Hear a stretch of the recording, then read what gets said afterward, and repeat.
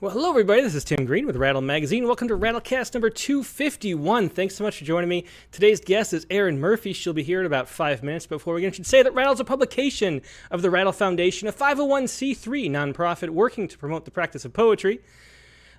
We've been in continuous publication since 1995 and are unaffiliated with any other organization. We just do all this because we love poetry, and I know you do too, so please do click on the like button and share. Make sure you're subscribed. Ring the bell for notifications. Anything you can do to help spread poetry around the internet would be much appreciated. Now, as we always do, we're going to go to today's Poet Respond poet first. And we have Alison Luterman here, who's been on a past Rattlecast, if you go back in the archives, and she has a poem about the debates, which so many people were talking about. Hey, Alison, how you doing? I'm good, thanks. How are you, Tim? I'm great. It's great to see you again. It's been a bit, and good to have you on. I mean, this is the topic that everybody was talking about this week. We had probably half the submissions. It was one of those weeks where half the submissions were reactions to this debate. So it was good to have a great poem to go along with it. What do you want to tell us about how the poem came to be? Yeah. I'm sorry for you that you had to, but maybe not. Maybe was it helpful for you in processing your feelings about the debate? I think they were pretty much well processed before the debate took place. But yeah, it was interesting to read all the poems, though. Yeah. So how did you figure out how to enter into this one? It really started with the remark that my friend made about wanting to shoot all the mockingbirds in her tree, which I realize is a very inflammatory remark, but I just thought, God, we're all so angry these days. You know, we just have all got so much simmering and anxious underneath the anger. I think there's tremendous anxiety and despair and a lot of the other feelings. And, it just comes out on the surface as whatever it comes out as. So when she said that, that's how I took it to be about everything, not just the birds that were keeping her up. And I started to think about violence, which is something I've thought about a lot, and about the violence in my own being, and the particularly American brand of violence that we're all living with and living in right now and getting subjected to every day. So we become a little numb to it out of self-defense, but it's just, there. And then the verbal violence and the trauma of, what's going on politically. Mm-hmm. Yeah. So what was the writing process of the poem like? Did it come out sort of all at once, one of those kind of poems, or was it a longer, more laborious process? The first couple of lines about the mockingbirds and the wanting to shoot them, and then I wanted to just kind of riff on the different kinds of violence. That came out first in handwriting on a yellow legal pad. I'm looking down because I keep one next to my computer at all times. So I had scribbled that, and then I saw the debates, and my 89-year-old father called me after the debates because he was just so upset, and I didn't even watch them. I mean, I knew it was going to be bad, but all my friends were texting me like, how bad it was, and it sort of morphed from the generalized American violence into the specifics of what was going on this week. So it was like a two-parter. Like I had written the first part first, and then the debate part came, and then like with the pressure of the time. I mean, Friday it was basically I spent Friday working on it. Yeah. Well, why don't you go ahead and read the poem? It's Mockingbirds, and this is Alison Luterman, of course. Thank you. Mockingbirds. My friend says she wants to shoot the mockingbirds who infest the big tree outside her window and sing all night. The violence of their squawks is not the same as the violence of our thoughts about them at 7 a.m., or the gunshots and illegal fireworks punctuating this warm evening as we sit in front of our television watching two old men, one blustering, one faltering at the lip of the abyss, and an invisible pool of despair spreads like blood out from the screens and into our living rooms and pools around our feet. And we lift our feet up, but we go on watching as it engulfs us on our sofas, forks poised halfway to our mouths, frozen there, watching.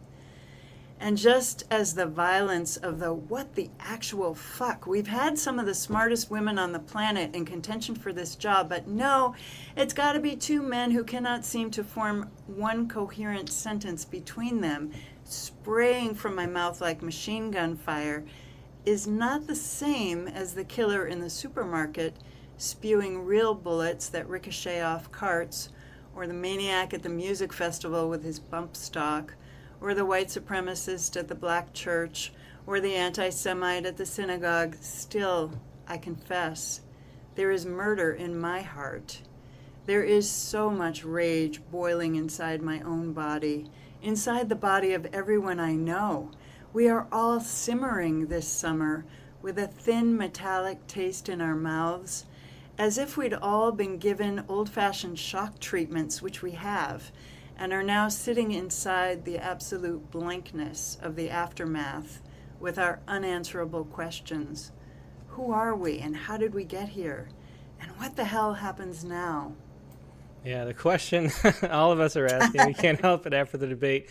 Thanks so much for sharing that, Alison, and putting words to what so many people are feeling. Thank you. Thanks for having me. Yeah, thanks. Once again, that was Alison Luterman with today's Poets Respond poem, Mockingbirds. Now we're going to take a quick break and go to our main guest, Erin Murphy. So sit tight and we'll be right back with more poetry.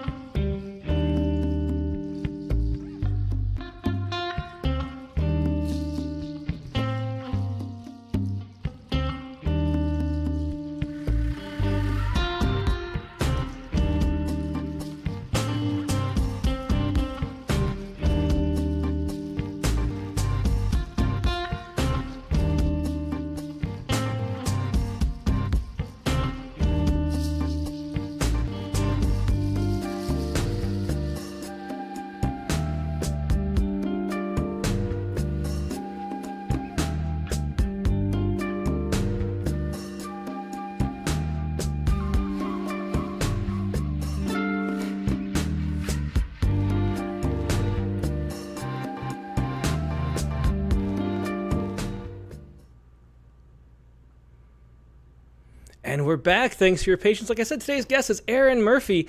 Erin first appeared in Rattlecast 142, if you want to go back and watch that. It was a great episode, so it's great to have her back. We have like a 2-year gap, which is the rule I have before we allow people to come back. But Erin was great. We love to have her back. She's also a recent winner of the Rattle Poetry Prize Reader's Choice Award for the Internet of Things. She's the author or editor of 13 books, including Human Resources, which is forthcoming from Salmon Poetry, Fluent in Blue, which is right here, Taxonomies, a collection of demi-sonnets, a form she devised, which we talked about a lot on the last episode, and Assisted Living, back in 2018, which are poems about caregiving. In addition, her chapbooks include Fields of Ache, a collection of centos that we'll be talking about today. Her most recent co-edited anthologies are Bodies of Truth, which are a collection of narrative medicine essays, and Creative Nonfiction, both of which won gold medals in the Foreword INDIES Book of the Year award. So a very multi-talented poet we have here on hand with Erin Murphy. Hey, Erin, it's great to see you. How you doing?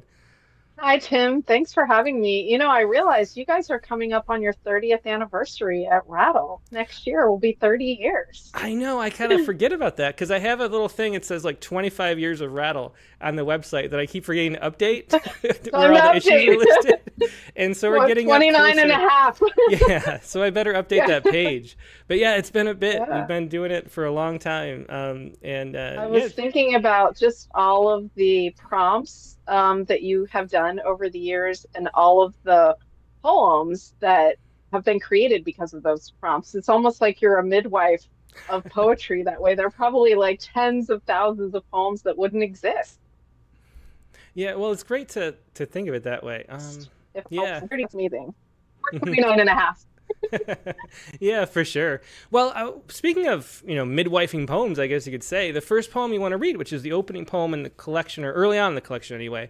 Is it the opening? No, it's the second poem in the collection, is I-95 Corridor, which was a Poet Respond poem initially. So why don't you start with that one and tell us how that poem came to be, too. Yeah, so this poem, well, you'll hear when I read it what the current event was that inspired the poem.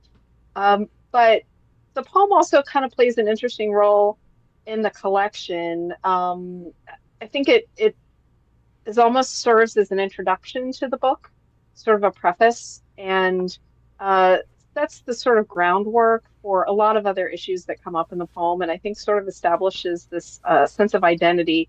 But it was also an interesting poem, an important poem, I think, because as soon as I had that poem, I felt like the rest of the manuscript really came together. I've had friends that say, like, when they have, like, a third child, they'll say, that was what was missing from our family. I feel like this poem was what was missing from the book. So I think it's an important poem to share. So I'll read it. It's I-95 Corridor. It's on page 17. 1. This is where I was cited for reckless driving, and my uncle quipped, 95 is the route number, not the speed limit. 2. This is where I stopped with an ex-boyfriend on the last stretch from Miami, and a motel clerk asked if we wanted the all-night or hourly rate. 3. This is where my grad school U-Haul broke down, and I waited for the wrecker with a Swiss Army knife flexed against my bare thigh. 4. This is where I learned all the lyrics to Dylan's Subterranean Homesick Blues, rewinding the cassette till it snapped in the deck. 5. This is where I interviewed for an adjunct teaching gig that would cost me more in tolls and gas than I'd earn. 6. This is where thieves took my Plymouth Breeze on a joyride, then dumped it on the shoulder, my just cashed paycheck still in the console. 7. This is where my husband missed an exit for the symphony and grazed a concrete pillar beneath an underpass. 8. This is where I ordered my daughter vanilla ice cream with extra maraschino cherries after she lay corpse still for her first echocardiogram. 9. This is where a tanker truck caught fire, melting the highway's steel beams until an entire span collapsed like a ruptured aorta. 10. Corridor, a long, narrow passage between rooms or land or time. 11. They are still slipping through the truck driver's remains. 12. I can never remember if it's steal oneself or steal oneself. Am I supposed to harden my feelings or shove them under my shirt like a shoplifter? 13. In the show I'm watching, one corridor leads to another, rough cut after rough cut of white walls in a workplace maze. 14. The day of the symphony, we abandoned our SUV on the off-ramp and ran 4 blocks to the concert hall, plunking into plush seats just in time for da-da-da-dum. 15. Commute, hospital, concert, wedding, commute, bar mitzvah, commute, funeral, commute. 16. Lately, I need to sit closer to the throat of a bass trombone or purring cat to feel a stirring in my pulse. 17. My uncle is gone now, a stroke 2 days before Christmas. 18. For years, I replayed that last conversation in my ex's red Jetta, his hands trying to bend the steering wheel, his eyes swollen. 19. What's the difference between carefree and careless? 20. I'm not sure. I want to know. 21. So many bodies and bodies in motion. 22. I can't steal myself. I'm already stolen. And that was the I-95 corridor from Erin Murphy's newest book, Fluent in Blue, with this beautiful cover that you see right here. Really, really do love this Thank cover, you. Erin. Yeah. I love this cover too. Cindy Stewart from Grayson Books designed this. She and Ginny Connors, the publisher, do a fantastic job with books, but I want to give Cindy a shout out for this cover. Yeah. So what can you tell us about the structure of the book? It's one of those books I love when there are books that are like this where, this is Fluent in Blue, and then blue comes up a lot. So every time it does, it's like this little like ding of like a little like wave of excitement every time poem the blue drops into a poem. How did the book come to be in the shape that it is? Yeah, so it's interesting that you mentioned the blue because when the book came out, several of us realized, four of us, four women poets, all had books of poetry in 2024 with blue in the title. And so we've been calling ourselves the Badass Bluettes and been scheduling readings. And it turns out that even though it was blue that we had in common, we have a lot else in common as well and have good rapport. So it's Susan Rich, Lynn Thompson, and Mary Lou Bucci and myself. And we've had a lot of fun reading. But Fluent in Blue, so subject matter wise, the color blue, but color, as it relates to the color itself, to emotion, to mental health, to politics, to nature, to music. But then structure wise, when I say that I-95 corridor set the tone for the book, I think one of the things it does is it covers, like I said, identity and touches on that, but it also covers that sort of range of tone that I'm interested in, so that you can have, things that are, really fraught, but you can also have joy and you can also have humor, like within the same poem. And I feel like the book itself does that structurally as well, so that you kind of, you think you're going on one course, and then you kind of veer off into something else. And so it's somewhat chronological. So if you think of I-95 as kind of giving you this overview, of the book, and then it's somewhat chronological. And then I wanted also, because the issue of mental health has to do with my father's mental health, I wanted those little hints along the way, so that when you got to the poems that dealt more specifically with him, you had a little bit of a kind of heads up that those were coming. Mm-hmm. Yeah, yeah. Well, it's a really cool structure to the book. Why don't you read another poem from it? Sure. So page 33, I'll read the poem That First Summer. I used to be able to say that I'd only written one love poem to my husband. My husband and I have been together 34 years. And I used to be able to say I had one love poem and it mentioned colonoscopies.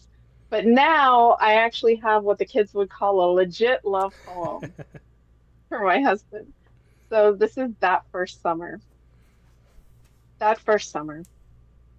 Most weekends we packed our blue canoe with a tent, sleeping bags, books, a cooler, and enough food and wine for the weekend, then paddled out to a sandbar in the middle of the river. For 2 days we swam and read, drank, and thought, stretching out in the sun, lean and dark. Later we learned that some nights engineers released waters from the dam upstream to control the floodplain. Experienced boaters knew to check the schedule. What did we know? Nothing about harnessing nature, everything about being swept away. Yeah, and that was that first summer. And then you get to experience that with the blue canoe. I was wondering, did you edit any of the poems to fit blue into it more? Or did you just happen to have that many instances of it? Yeah, well, sometimes it might have been for blue, but other times for sound. So in this case, I thought blue canoe sounded better than red canoe. We Hmm. do actually have a red canoe. We have the same red canoe that we went up to Old Town, Maine, to the factory back circa 1991, and got a red canoe that we still have in our backyard, and that we take out every summer. But yeah, so I would change it sometimes, but only if the sound worked and it worked for the poem itself. It Hmm. wasn't just to keep the blue thing going.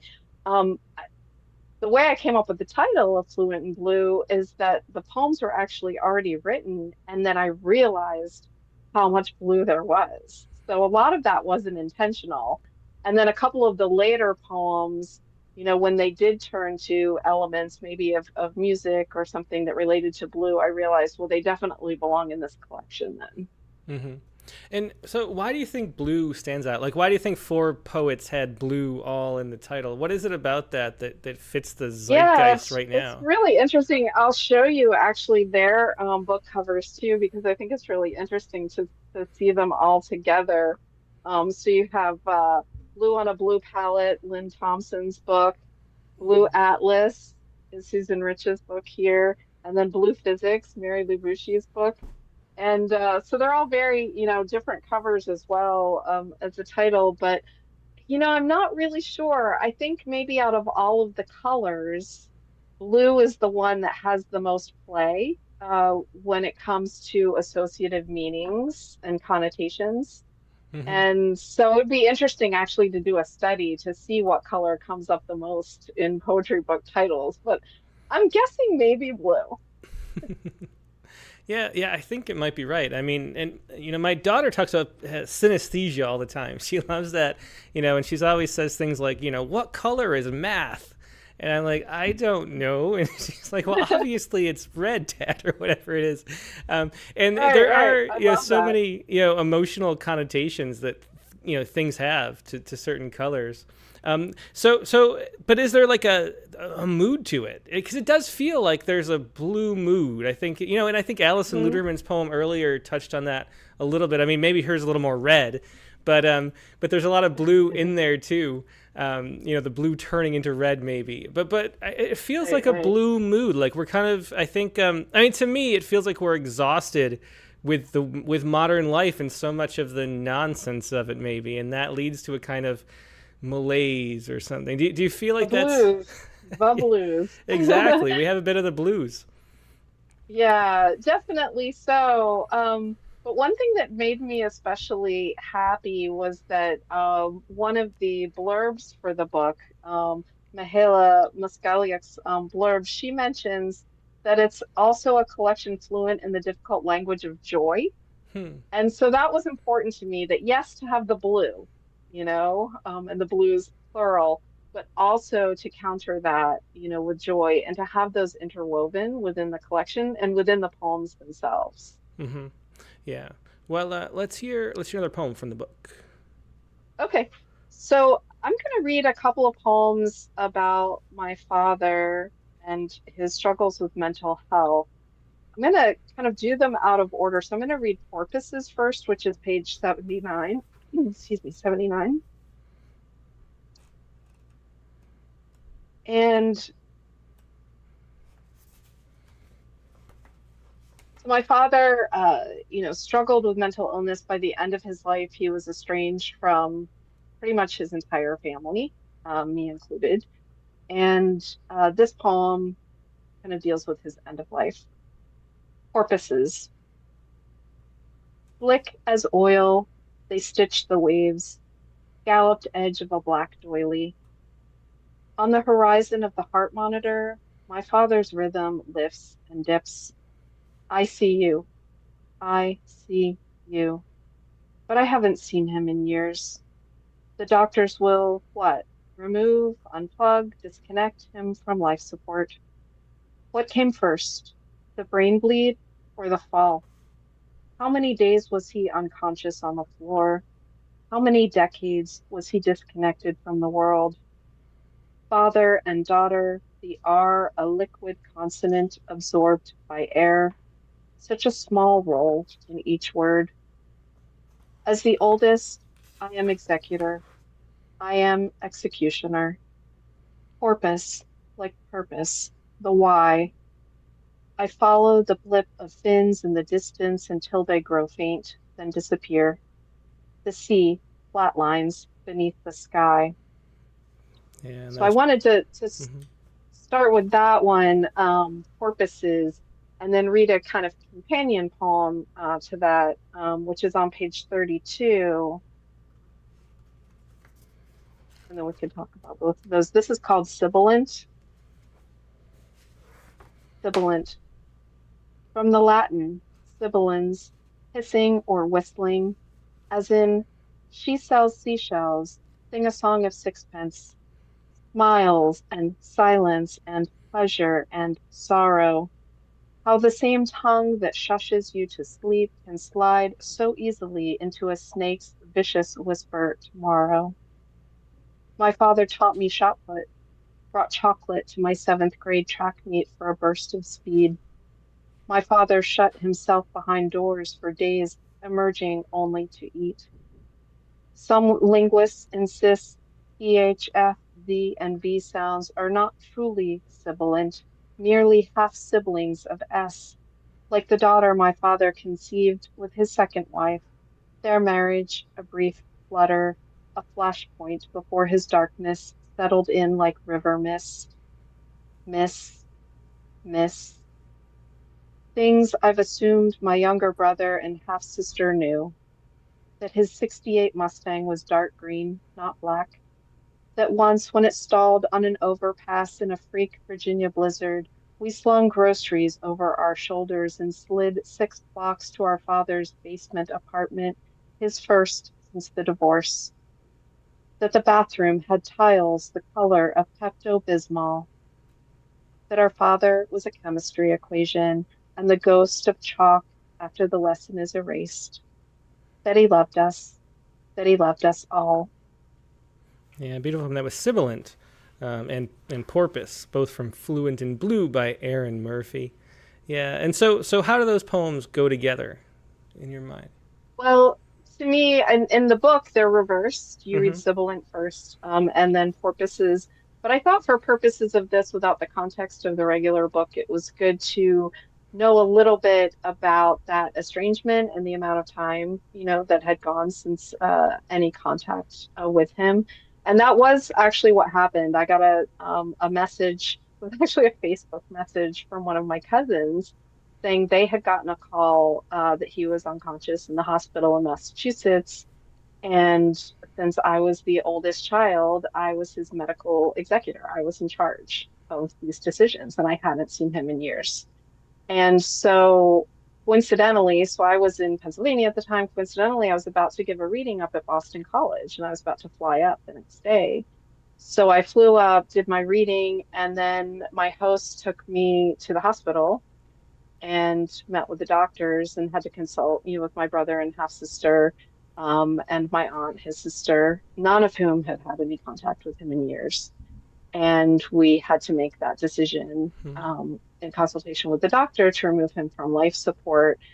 And so that poem kind of grew out of that, but didn't come until years later with watching the porpoises, right? That's so Mm-hmm. often the way things like that happen. You think maybe I'll write about this, but it took a really long time and it took a totally different thing to make that connection.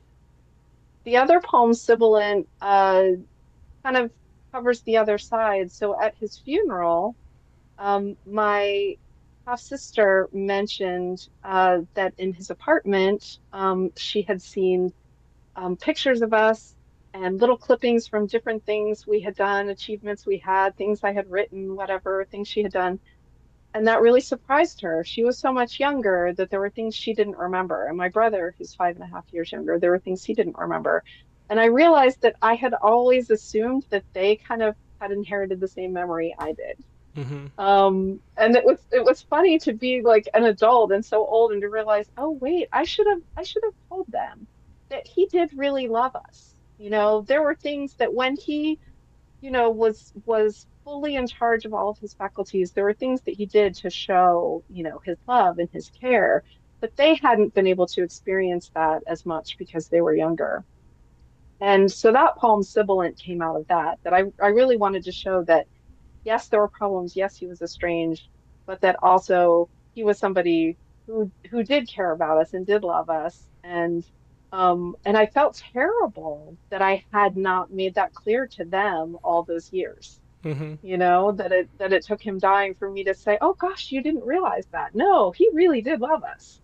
Yeah. Hmm. That he had this mental illness, and it made him it made it very difficult for him to function in the world. Hmm. Yeah, it's so hard to imagine what that other people don't. That's always such a difficult thing. So what was their did they feel reading this book? Have they felt a little more connection through those poems? I don't know if the poems, I mean, they have, read and responded to the poems. I don't know if the poems meant as much as just that initial conversation, Hmm. for me to tell them. And then since then, I have tried to, when I do think of things that will, a story or something that will relate, I do try to do that. And I have to say that my own mother and stepmother, both of whom, were divorced from him, always had positive things to say, about him as well, whereas they could have painted, a very different picture, Hmm. for all of us. And so that was also, I think that made a difference. Yeah.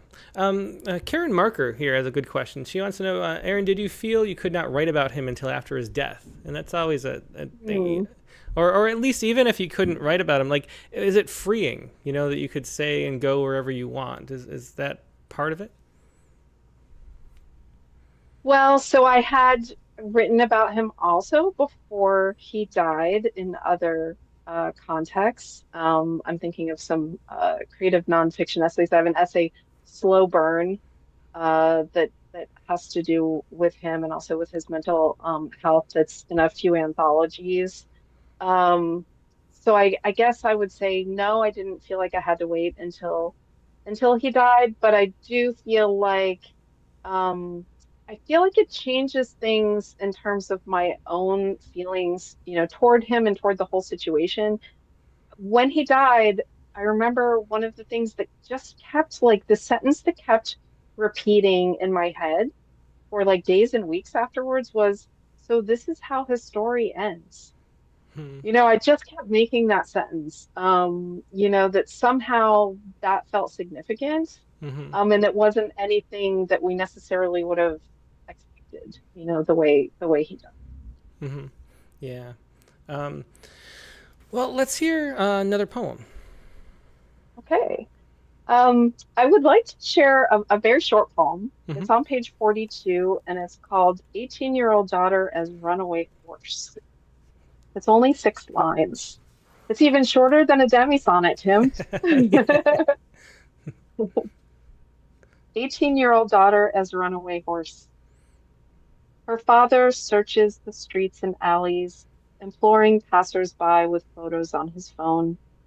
Those dark eyes, the glossy black coat. I stay behind, opening and closing the stall, recreating sounds I hope will draw her home. Tongue click of the latch, the hinge, that low moan. Yeah, and that was a short poem. 18-year-old daughter as runaway horse. Analogy right there at the top. Yeah. And you mentioned this as a So poem this, that you revised a lot. And I'm always really interested yes. in the revision process because I sort of have trouble revising. I've revised very few poems in my day, and I don't really know how to approach it. So what did you do to revise this poem? Right. So what's interesting is I didn't revise it a lot. I made one seemingly small Hmm. change, but that one change ended up being huge. So the poem itself was basically intact. And I think you and I have similar processes Hmm. when writing, which is that we do a lot of that pre-writing before we actually sit down. There's a lot of thinking that goes into it. And by the time we get things on the page, it's maybe more fully formed.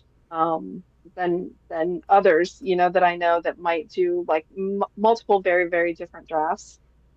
which isn't to say that my poems don't change along the way. I mean, I do have, like, there are Hmm. some poems I have more than 100 drafts of. But in this case, the original title was Dream in Which My 18-Year-Old Daughter is a Runaway Horse.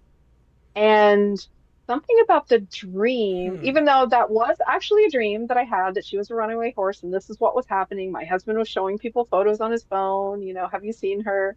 And she was a horse. And I was trying to like woo her back, to the barn, to the stall. So that was a dream. I woke up, I drafted the poem, and I kept that title very true to the original inspiration, which is a dream. And then I realized, and this is months later, after the poem was even like part of the manuscript draft, and I realized, no, 18-year-old daughter as runaway horse, just putting that like directly into the metaphor, jettison the original, impulse behind the poem, the dream, just jettison that dream and have it be the metaphor. And it gets you just so much more directly, into the poem. So on the one hand, you could say that's revision, but I think it's more if you think about the actual definition or the actual word revision, like revision, it's kind of re-envisioning the poem. It's a Hmm. different vision of the poem when you think about it that way. And I think it's an example of how just the smallest little tweak like that can make a really big difference. Yeah, especially in the title, there's that whole you never get a second chance to make a first impression, and so how you're set up there at the very top makes such a difference so many times. Like, often, when we do on the critique of the week and things like that, when we talk, one of the things we change a lot are the titles, because the title just can Hmm. give you extra information that you didn't have, or set the stage in certain ways, or have like some kind of leap where the first line's a surprise and gets you more engaged. And a lot of times we don't let the title do enough work. I think you just sort of slap on the Yeah, title as a label, and then the poem is sort of its own thing, and that's just like the label for the drawer. Whereas it could be doing some real work, and so that's the example exactly. And of that's how what I big a change tell. can be. Yeah. That's exactly the phrase I tell my students. Let your title do a lot of work for you. And so often the beginning of the poem is just sort of your warm up to get into the poem. And often there's a title sort of hiding in those first few lines. So like lose the first like 6 to 8 lines, make part of that your title, and then start where the poem, really starts to take off. I think also when it comes to dreams, a lot of times you hear dream, for a poem, and then it kind of like just lets you discount a lot of the poem. Like, Hmm. oh, well, this is all just this sort of fantasy world. And so letting go of that, I think, was an important move in the poem so that she just Hmm. becomes the horse. Yeah, I mean, it lets it be surreal, which adds just so much more of a leap from reality than sitting, within a dream where anything can happen, and you take things without being a surprise. So I think it's a great edit there. What can you tell us Yeah. about your writing process? Because I think it is different for me, because I try not to know what I'm writing about. Like, I try not to think about it Hmm. ahead of time. I try not to have anything Hmm. Hmm. preformed except for like a line, and then see where that line goes. But then I write really kind of slow. Like, I kind of like chisel out like some kind of like riverbed or something for the poem to run along. Right, right, And then I can't really right. change it when it's done. I'm just like stuck with it. so, Yeah. um, but I like don't know Okay, so ahead of maybe our time. processes Yeah. are different then. I was thinking they were a little more similar, but maybe they are Hmm. different because for me, I find that so I'm a big swimmer. I swim every morning down at the YMCA, and that for me is sort of meditation writing time. Hmm. Anytime I'm doing something where your mind is sort of cleared to think freely, I feel like I'm doing a lot of pre-writing during those times, working through things, thinking of things, making connections that I wouldn't normally make. And so by the time I usually sit down to write a poem, um, I've usually got a lot of the sort of like different parts. Hmm. That said, I usually end up going somewhere that I didn't expect once I start putting it down on paper. So a lot Hmm. of it, a lot of the sort of details might be there, and like you're saying, the mapping might be there. Um, but then there's always some kind of surprise that happens Hmm. along the way, and that to me is really the fun of a poem, and that almost every poem there's at least one image or part of it where you're like, yes, this is where I know this poem is going to work. And then a lot of times when you don't have that little spark, that ends up being the poem that doesn't work or that feels too forced, that Hmm. doesn't end up making the cut ultimately.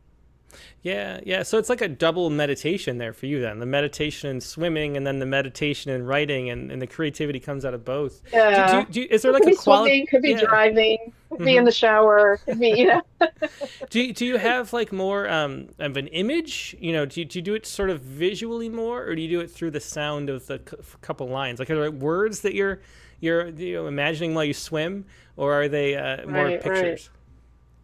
Sometimes, I mean, for me, a lot of the poems come out of language itself, or sometimes misunderstandings, within language, but also they come from associations with things that you don't necessarily think of, putting together.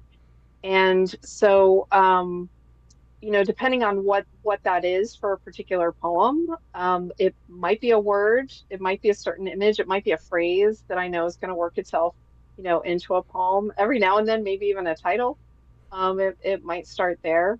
But it's not until probably that I really start writing it down that I start getting everything, together, and can really see it. But I usually kind of have an idea anyway of where it's going. I like the saying, it who was it who said, Lee K. Abbott said that the story always begins on the day that something went wrong, right? And I think that's true with poems too, even though they're not always stories, they might have narrative elements, but it's anything that's different, anything that kind of strikes you as wrong, or things that don't seem like they belong together, but maybe do. I think that can be the foundation. Hmm. Yeah, yeah, it's a really good way to put it. And well, let's hear another poem. I want to make sure we do. You have a good number for us, and I want to get through a lot of poems. So let's do another poem, and then I'll ask something else. Okay, that sounds good. I will read Anthemeria, which is on page 89. So this is, I think, a good example of a poem where it's very language driven. So this is a good one to follow up on that part of our conversation. So Anthemeria, and it has an epigraph that explains what that is. It's using one part of speech as another. Anthemeria. My sea gown scarfed about me, Hamlet said, verbing his attire. My daughter likes her likes on the socials and hearts pics on the gram. We front and friend, rebrand brands, and rarely shop local. Adults keep adulting, sandwiched between parents and kids. We don't read books. We book flights or tourist trips to the moon and Titanic's grave. If submersible were only an adjective, we wouldn't have lost 5 souls in an underwater minivan. Man is used to being trapped in cars, buildings, mines, caves. Are we there yet? Are we? Are we? You keep samin when you ought to be changin', goes the Nancy Sinatra song. Every part of speech is a noun. I want to person, place, thing you from the cold, the blue, the gone. Yeah, and that is Anthemeria. And there's that blue again sneaking in there Yeah. at the end of the poem. Yeah, so really playful, a lot of fun you can see that you had with that poem. That was from Fluent and Blue, once again, the newest book by Erin Murphy with that beautiful cover. Um, so what, how much of writing is like play? It feels like you do, like, because you have so many projects and so many different styles of writing and so many ways you attack. And, like, I mean, the last book was Taxonomies, which had its own sort of entry point. And this is like a different mode of being than the last one. And we talk about the cento book later. But there's so many things you play. It feels like when I read your poems, it's like a kid at the playground, just running around from one thing to another, having so much fun.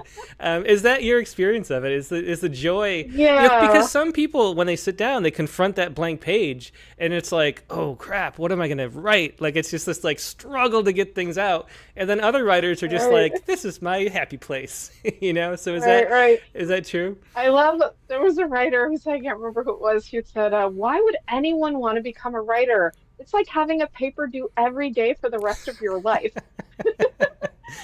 And I think we can all, relate to that. But when you say how much of my work is play, I would honestly say all of it, which doesn't mean, that it's all, fun or it's all like pure joy. But yeah, play is definitely a huge part of it. And I think that a big part of it for me is this whole idea of stepping out of yourself. So, I think it's more important maybe than ever, following up on Alison's, excellent poem about the debate and mockingbirds, to step outside of ourselves both poetically and politically. We've got so many silos, we're governed by like silos and algorithms and all these things.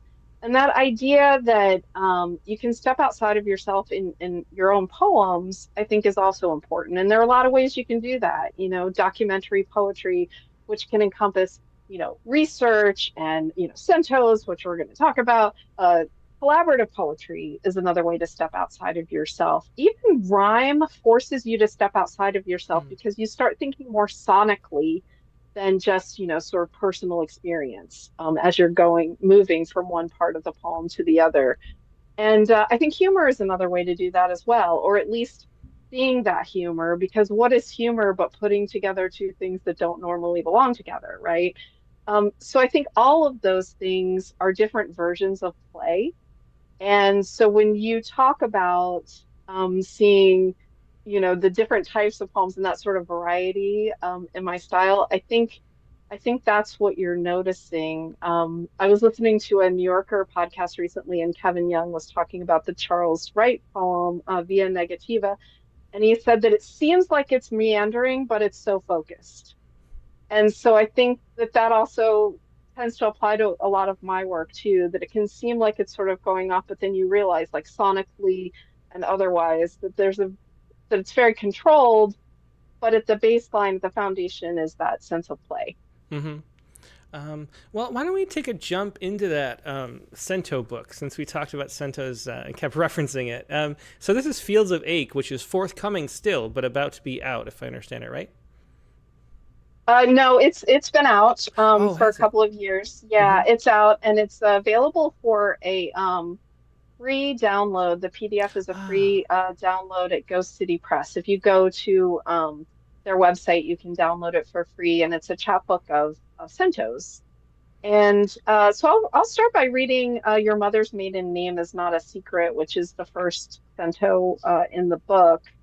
And I think that this is a good companion to the I-95 corridor poem because, sometimes it's interesting to me to think about, you know, why write a cento in this case versus, just a poem like, in my own voice with my own, original lines. And I think that this poem is kind of a companion to it because it's also an identity poem, but it's one using other people's lines. And this uses an epigraph from the New York Times. Many security questions ask for biographical information that is publicly available, whether in open records or via social media. So that whole idea is that, you know, your mother's maiden name, that's not a secret. That's like your secret answer. If you're using that for a password, like you need to change it because everybody's going to guess that, right? yeah. And so I was interested in that in as the sort of foundation of the poem. So your mother's maiden name is not a secret. I was born abandoned outdoors in the heat-shaped air. Everywhere on the horizon, the smell of ashes pulling me awake. Several claps, and then I came alive, like the trembling voice of light at dusk. No, I was not born here. I was born on a mountainside with my eyes to the insects, with my ears to the root, the tears from my birth pains, a whistle, a shout, run, don't stop, don't slip. No, I was not born here. I was born in Nogales, Arizona, and the low-domed hills, hand pressed to glass. I feel the heat of flames larger than night. The distant moon is a language we can barely understand. I wish I were the spare shadow of dark leaves where birds go. No, I was born in the right time and whole, and my share of time has been nothing. Bones of articulate hope faded like old hair. Wind wounded, lopsided now, I bow to you, a sentence trailing off, dissolving in the hot, still air.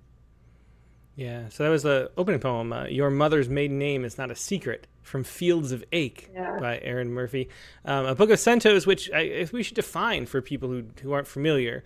Centos are poems where every single line comes from another poem. So there's like collage poems where line by line you go through and write something new out of this whole group of other poets' lines, which is really interesting. How much do you know about the history of the cento? Because I really know nothing about it. So I'm going to learn a little bit right now. It comes from the Latin word for patchwork. And for me, it's a lot like translation, in that, yes, you're using other people's lines in the case of translation and in the case of a cento. But you're also kind of putting your own interpretation on it, as you choose those lines and make those selections.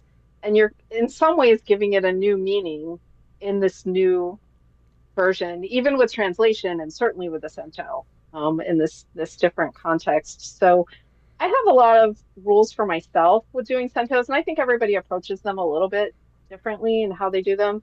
I like to use the lines like almost exclusively as is. More recently, I've started allowing myself to change pronouns and tenses, to make those little tweaks. But I like for the lines to mean something different from the original meaning. So in my poem, using that line is going to mean something different from what it meant in the original poem. And then this other rule that I have for myself is I avoid using first lines as first lines or last lines as last lines. So I'll use first and last lines, but they'll be somewhere in the middle, of the poem, instead of as a first line or last line. Mm-hmm. Yeah. Have you written centos? I have never in my life written a cento. I don't even know how you'd go about it, is the thing. So that's my second question, actually.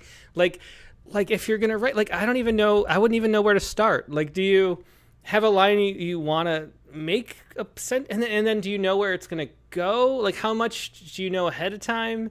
And like how do you go about finding, like, do you randomly flip through books, or do you have like a list of lines? I am just completely clueless about how to approach a cento. Right. Yeah, so the cento that I had that was the Poets Respond poem, Man with Birds and Bread, that poem, I really had a very specific idea because that was a narrative poem. And so I was specifically looking for lines that would help me tell that story of something that actually happened. But usually they tend to be more image driven than purely narrative driven. And in that case, I think it's a little less pointed and when you're looking for the particular lines. So in that case, I'm kind of have this idea of what I want to say, like loosely. And then I'm kind of looking for lines that can help to capture that. So sometimes you find a line, in this case, no, I was not born here was a really important line. And your mother's maiden name is not a secret. And it ends up being repeated, throughout the poem. So that idea, okay, so if I wasn't born here, where was I born? And I liked that idea of having a lot of different like places of origin, and that kind of sense of identity. And that's why I say when it's a companion piece to I-95 Corridor, I feel like that one uses I-95 to kind of map like the different like sources of my own identity, right? And then this poem, it's doing it, but through other people's lines, not my actual, own experiences. But it is challenging. I don't know. Do you do Wordle? You do the Wordle game? I did for a little while, The just New with the York Times? kids. Yeah, with the kids, we like to, before bed, we did the Wordle and something else, and then read a story. And so it's like this whole little bedtime routine for a couple of years during the pandemic, I guess it was. Bedtime routine. Yeah. I like it. Well, like pre-Wordle, like in maybe the 60s, the company that invented Scrabble, they had a game called Giotto.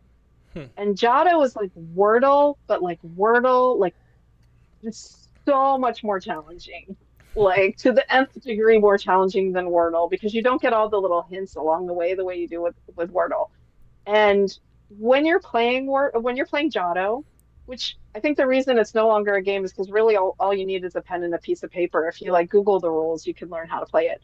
And so there was no need for them to sell like game sets, right, anymore. But when you play it, after a round of Jado, especially with another equally matched player, you feel like your brain like hurts. Like it is such a mental workout. And writing a cento to me is about the same Hmm. as playing Jado.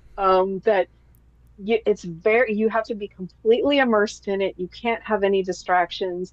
For me, it's not the kind of thing where I could do a little bit and then come back a week later and keep working on it. Like I have to work on it like, all day and then some to get a draft. Hmm. And then maybe like revise a little, but it's really intense when you get involved. So Yeah, I that's a imagine. warning.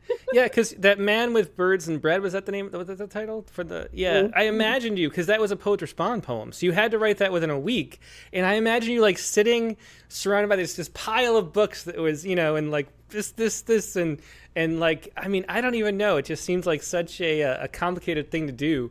To find lines that work, and like how do you even know which book to pick up next? Is there a lot of Yeah. randomness involved, And or so there is some randomness, and also like if you're using any sort of online, obviously, poems, then you can do some searches that way. I like to have a mixture of, some online and some that I just kind of encounter. That is where I will say like subsequent drafts, like maybe I'll be like reading a new poetry journal and this poem that just came out has a line on, oh, this would be perfect in that cento I'm working on. Mhm. And so you can do it that way. I think it's the kind of thing where it's like when you get a new car, you get a little, blue, we're going to call it a blue Toyota Camry, and then suddenly you see all these blue Toyota Camrys. You're working on that cento, you have this idea in mind, and suddenly everything you read could somehow connect to that, or at Uh-huh. least one line could Hmm. connect. Oh yeah, that's really interesting. Um, so what about um, like do you do any allow yourself to edit any of the lines? Like, do you change an article or something to fit, or is there a rule? And I would imagine like Just, some people do it differently, or is there a yeah. general rule about that for centos? I don't think there's an overall rule that applies to everyone. I think everybody kind of comes up with their own. They have sort of self-imposed guidelines. And for me, I will just make the most minimal changes really for consistency's sake. So tense and pronouns, um, but nothing else. Like I won't shorten a line to use just part of it. Another thing that I will allow myself to do is if I want to combine two lines, I will, but I'll put a slash mark there that kind of Hmm. indicates that those are two different lines by two Hmm. different writers if I want them together, which I do rarely, but every now and then that feels important to have them, Hmm. as a single line. But for the most part, everything is exactly as is. And a friend of mine kind of gave me the best compliment because she shared the chapbook with her husband, who's not a poet, not a writer. And he was just so, she explained what a cento was, and he read the entire chapbook, and he said, I can't believe these weren't all written to go together. Hmm. Like he thought every line followed so perfectly from the previous line that he thought there was just no way that they were all from different random poems. Yeah, well, So it's yeah. that made me feel good. That's really cool. It does seem like one of those things where if we lived in a world where poetry was like really prominent in our culture, that doing centos would be like doing the crossword puzzle, and people would have like Sunday morning, they look at the poems that are in the newspaper that Sunday, the poets respond poems that are in the New York Times, and then they would piece together new poems from those as like their, daily mental exercise like Sudoku or the crossword puzzle, and Right, uh, and right. and it would be a better world. So maybe people should start doing that. I think that would be. Well, when they make you king of the universe, Tim, I think you can make sure we have poems in every newspaper That sounds good to me. every day. So there was already one comment somewhere about crediting the authors, and in this you have cento credits in order of appearance, so you can kind of piece through. I'll pop this on screen really quickly. But so at the very back of this book, you have the list line by line of who the credit is. So if you can count like name, 8 names down, that's line 8, and you can see that would be Alice Oswald or something like that. So you have the way to credit it. Is that the convention that we normally do? I think we published 2 centos in Rattle and both done it that way. Is that kind of what to do? And what about like fair use? Is anybody worried about copyright and stuff like that? The publisher of this, were they worried about that? Right. So centos seems to be like to fall under that fair use, so that never seems to be an issue. In every case except one of every cento I've ever read, the poets are credited. Sometimes you'll have the poet and the title of the poem. Rarely you'll have the poet, the title of the poem, and they'll say the line. So they'll say this line is from this poem by this poet. The problem with that, especially in print journals, is that the credits end up taking longer than the poem itself, Hmm. so that Yeah. becomes an issue.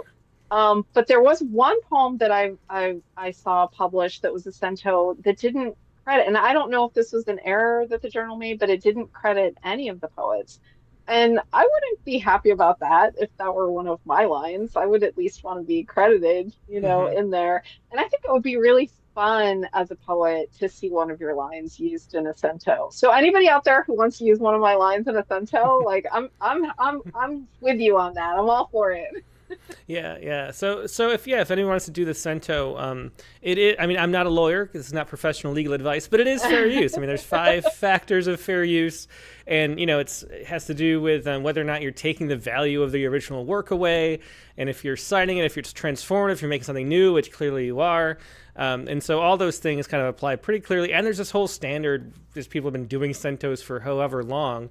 Was it Mhm. Pound that started doing centos a lot? Who did?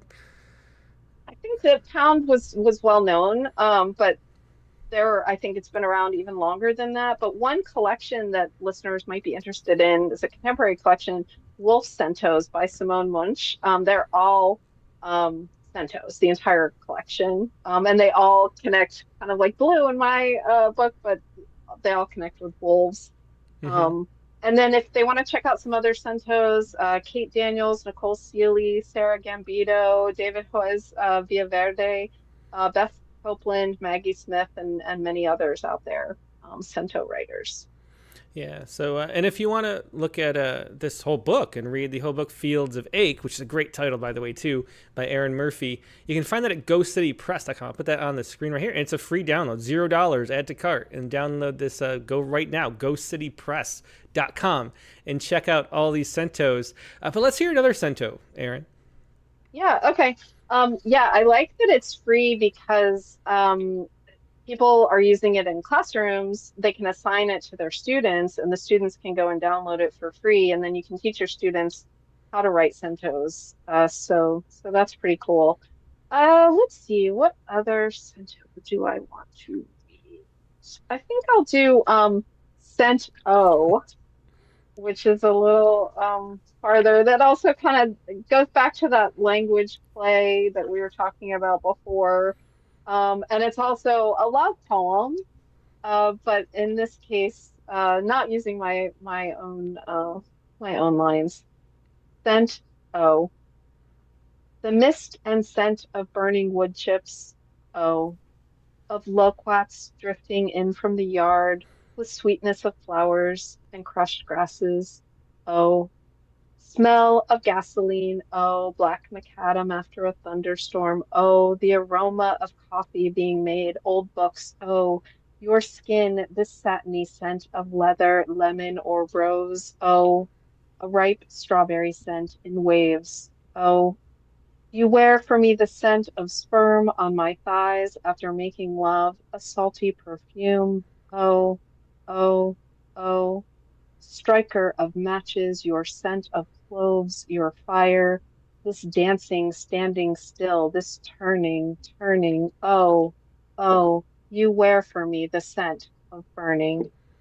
Yeah, it's a great poem. You can see how different that is. I imagine from all the lines. I mean, Black McAdam did not know it was getting in a poem Yeah, like that. I don't think. did not know it was going to be with sperm. No. So that was, and that's scent. Oh, for people just listening, it's scent like the smell, scent, and then OH or OH. Who Yeah. had that line? Is that line O by itself Oh from gosh. somebody? So I will have to like look at my own credits Is it Anne to figure Sexton? that It out. But says. yes, yeah, O was all by itself as a line. Yes, is that the question? Yes, it was. It's a line. And so there's play in that title with Cent O, and then there's also one of the poems is called Placento, that plays off of that too. Well, that's really fun Little book. placenta. Yeah, yeah. Let's see. Well, I should say two things. If anybody has any questions for Erin, got a little bit of time left. Leave any questions you might have about centos or otherwise in the chat window on YouTube. Hopefully, I'll kind of peek in on Facebook too. And also, if you haven't yet, please do click the like button. There always are. There's like twice as many people watching live on YouTube as have clicked like so far. I know if you don't have an account, like doesn't work, but most people do. Click the like button. Help poetry spread around the internet. So let's see. What should we do next? We don't have that much time left. Do you want to talk about the prose? People always ask about prose poems. You have a prose poem that you wanted to share, a newer poem, and maybe talk about that a little bit. Well, I have a prose poem. I don't know if you want me to read it or not, but I thought it was an interesting story. So this poem, it's called In Case of Emergency.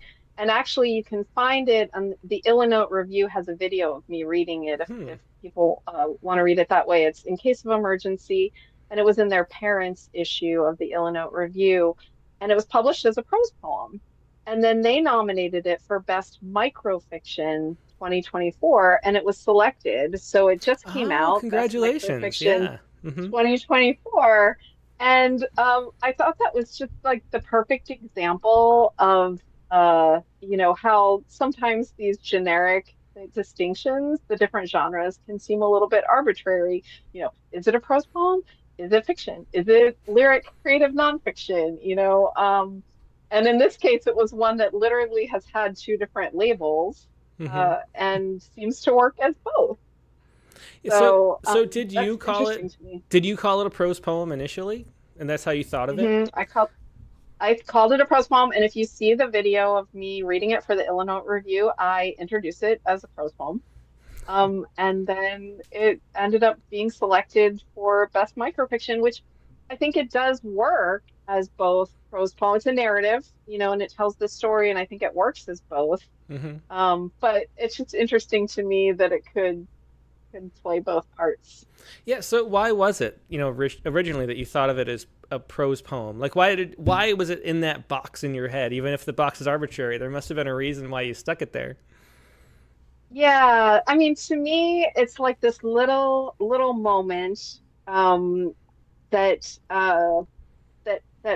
yes, it tells a little story, but it's this little moment that kind of leaves you right in this particular scene. But I can see how, if you're thinking of it in terms of flash fiction, microfiction, that it can also work in terms of a little story that has like a beginning, a middle, and an end. I think it was Martha Collins who says that prose poems have a narrative volta. That there's a instead of we think about the volta being like a change in sort of like feeling or image, but like a narrative volta, like a change like in the story. So maybe you could say this particular piece has that. So maybe if your listeners go and listen to that on the Illinois Review recording, they can judge for themselves. I think you should read it. I think it'd be fun to hear. And that concept, though, of the narrative volta, I think that's worth the price of admission all by itself for this Rattlecast. I never thought of that or heard of that before. It's a great way to think about what makes something a prose poem. I'm like thinking of like examples in my head and how that would work. And yeah, I think that's a great way. And there was that whole discussion online of Diane Seuss's sonnets, and the thing that made them sonnets is that they had that volta. And, to think about a prose poem is something that, prose, like a narrative, but has a narrative volta. That's a really great way to think of it. So I'm going to be testing that out with like a little litmus paper every time I come across a prose poem and see if it always works. But yeah, let's hear this. Now that we've built up the suspense, I'll read it. Okay. In case of emergency, where would we live if you and Daddy died? Our daughter asks at dinner. Our teenage son looks up from his spaghetti-spooled fork, interested for once in something his younger sister has said. We are not planning to die anytime soon, but our daughter is good at questions. When she was 2, she asked if a knife could cut another knife. At first, a digression. Our son mentions foster care, wonders aloud if they'd have to change schools. Then my daughter says, yeah, and we'd have to take a special bus with the other kids of parents who died. We run with this idea. The orphan bus. It would be black. It would drive with its lights on all day like a hearse. all the other cars would pull over to let it pass. But it's sweet, really, the thought that her loss would be so all-consuming that she'd have to segregate herself, unable even to engage in normal school bus banter. It occurs to me that she has barely been brushed by death. Even Romeo, her beta fish, has outlived our expectations. Back to the original question. If Daddy and I died, I say Grandma and Grandpa would come to live with you. You wouldn't have to change houses or schools. This is not something I have discussed with my mother and stepfather, but I feel certain they'd rise to the occasion. I watch my children roll this idea around in their minds. Okay, so our parents are dead, but we get to keep the same bedrooms, same friends, the same lockers at school, they seem to be thinking. But what if they die? Our daughter wants to know. I offer surrogate B. And if she dies? Surrogate C. And if she dies? I am quickly exhausting the list of people who would be willing on a moment's notice to drop their own lives, move to central western Pennsylvania, and raise my kids. And here our son, who has already flirted with transformation, who finds hair sprouting in unexpected places, who sees his former Little League teammates toking points behind the YMCA, who watched a video of himself as a young boy and said, man, this me would hate that me. Here our son interrupts. If she died, he says, we'd both be arrested for murder because everyone who lives with us ends up dead. And he's right. Not that he and his sister would be arrested, but that we should end this conversation, and we should end it laughing. Yeah, and lovely last line there too. I love that. That's In Case of the Emergency by Erin Murphy, of course, from Best Microfiction 2024 and the E-Note Review, I think you said. So yeah, really fun to see that. I like the idea of that narrative volta a lot. I'm going to play with that a lot in my head. Thanks for sharing that. Let's see. Well, I look through. Yeah. Oh, well, Monica Dobos wanted to know what's the difference. There? Yeah, I'm looking for the questions, and I couldn't check because I was reading along with the poem before. But yeah, so or Monica. The story. Yeah, exactly. Or the story. Yeah, so Monica Dobos wanted to know what the difference was, which we already talked about. And I'll scroll through more. But one of the things I wanted to ask you about, because you mentioned teaching, and you've taught a lot of kids over the years, and you do in so many different genres. How is that? Has your sense of teaching changed over the years? So I've talked to some people who feel like the MFA program type thing, the creative writing in college, is sort of a dying breed. Like it's sort of super saturated. The amount of jobs out there are gone. Because there's so many MFA poets and things like that, and that takes away the motivation for entering a program in a way. I don't know. And so how is like the motivation and the energy of the kids changed over time, or has it not? Is it still the same as it was when you started out? What do you say? Right. So I teach undergraduates. I teach at Penn State Altoona, and I teach undergraduates, and my classes range from general education types of courses to, more advanced courses. They're focusing on a single genre. But some of my favorite courses are the gen ed courses, because in that case, you get students from all different majors who may never have read any contemporary creative writing in any genre. And this might be their first time, and maybe they're only doing it to get that arts credit that they need, to graduate. But what I've found is that some of the students will really surprise you. Some of my best poets are engineers. And at first I was surprised by that. And then I realized, no, it totally makes sense, because they approach it as problem solving. It's not like they're waiting for inspiration, They're not going to wait for inspiration to build a bridge, right? They're going to build a bridge. They're going to figure out how to build a bridge. They're going to figure out how to build a poem. And then those students, I have a student who went on to get his PhD at MIT in engineering, and he credited my creative writing class with helping him so much in engineering. Because when he has to explain a project or any of his work, he's able to make comparisons. He's able, to use a lot of those, similes and metaphors and description in ways to make it clear to people what he's talking about, instead of just, getting like kind of mired in all of the jargon. I have students who go on to be attorneys who say what taught them to write a legal brief was writing a poem, because it's all about economy of language.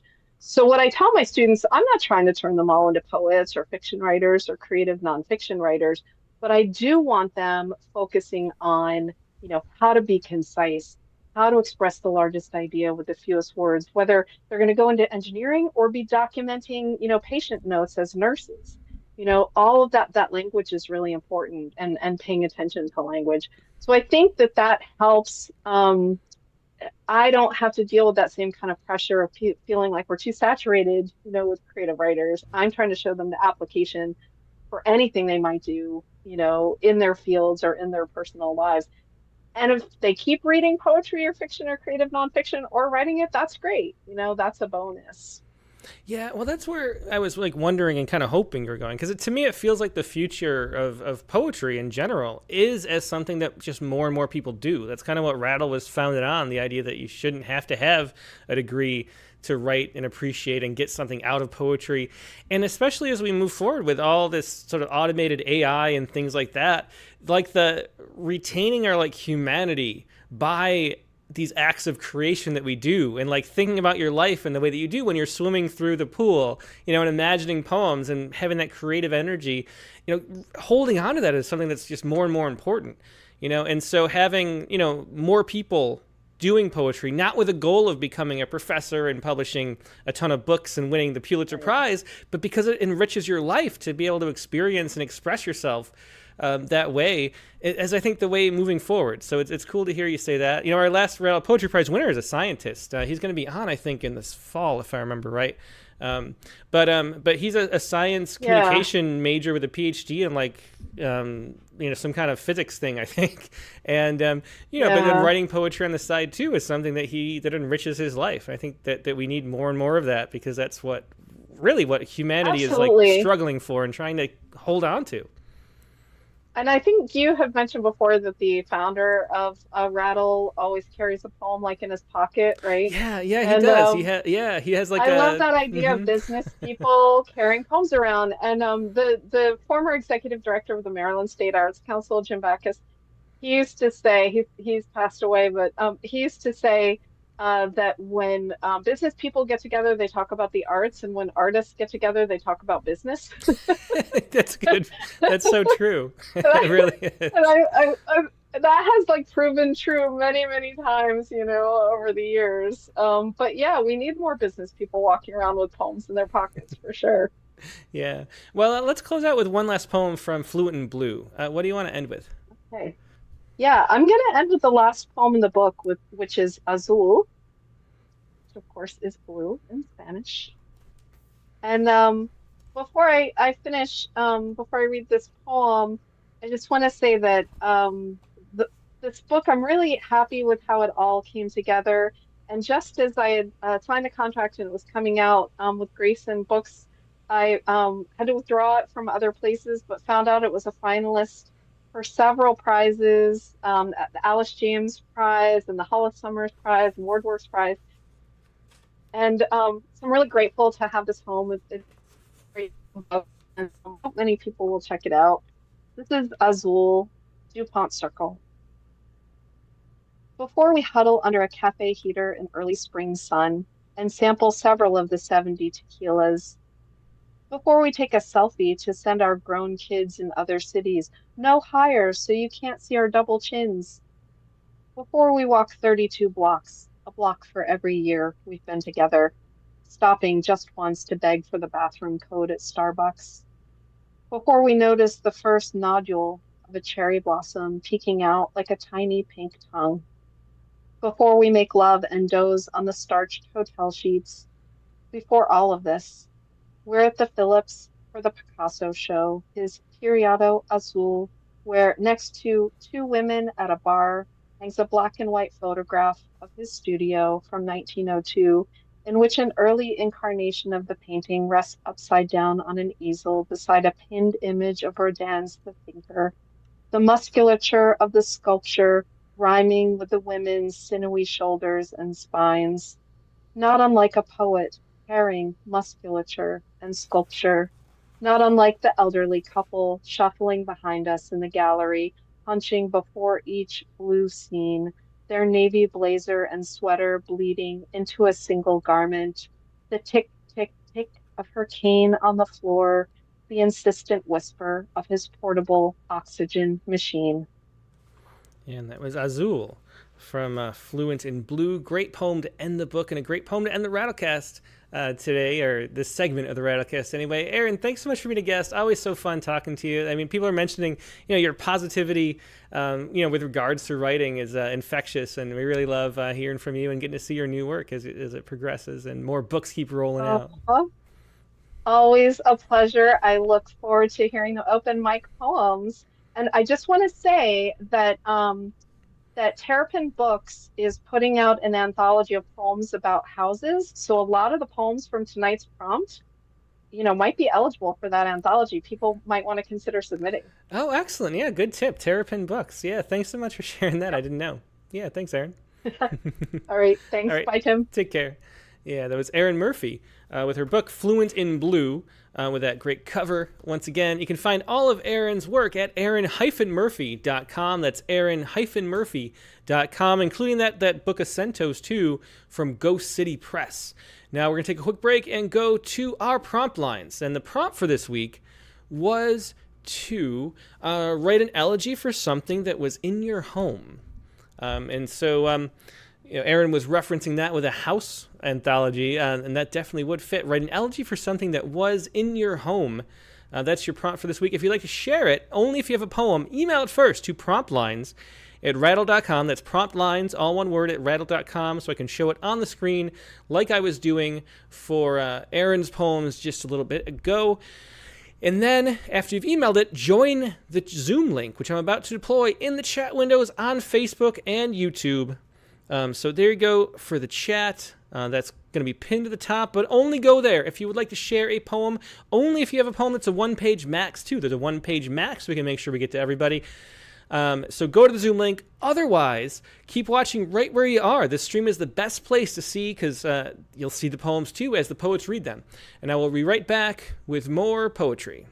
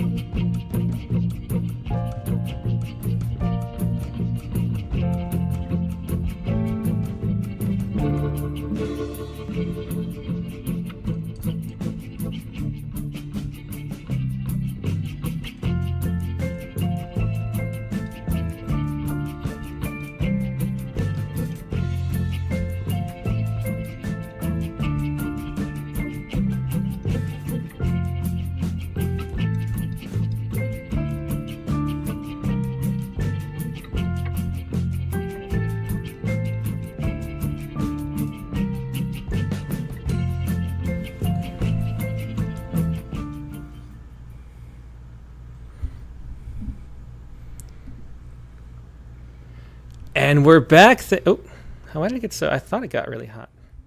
And we're back. Thanks so much for your patience. We have Katie Dozier, our prompt poems editor here. Hello, I love that conversation you just had with Erin Murphy, and I love her just general attitude in addition to her poems. She's just so likable, isn't she? Yeah, she definitely is. I love having her as a guest, and we can't repeat guests all the time. But Erin was definitely a guest worth repeating. So it's good to have her back, and really cool. She's just always doing something new and something cool. So It's great to see Erin again. So for the prompt this week, what the prompt once again was to write an elegy for something that was in your home. Mm-hmm. And so what did you come up with, Erin?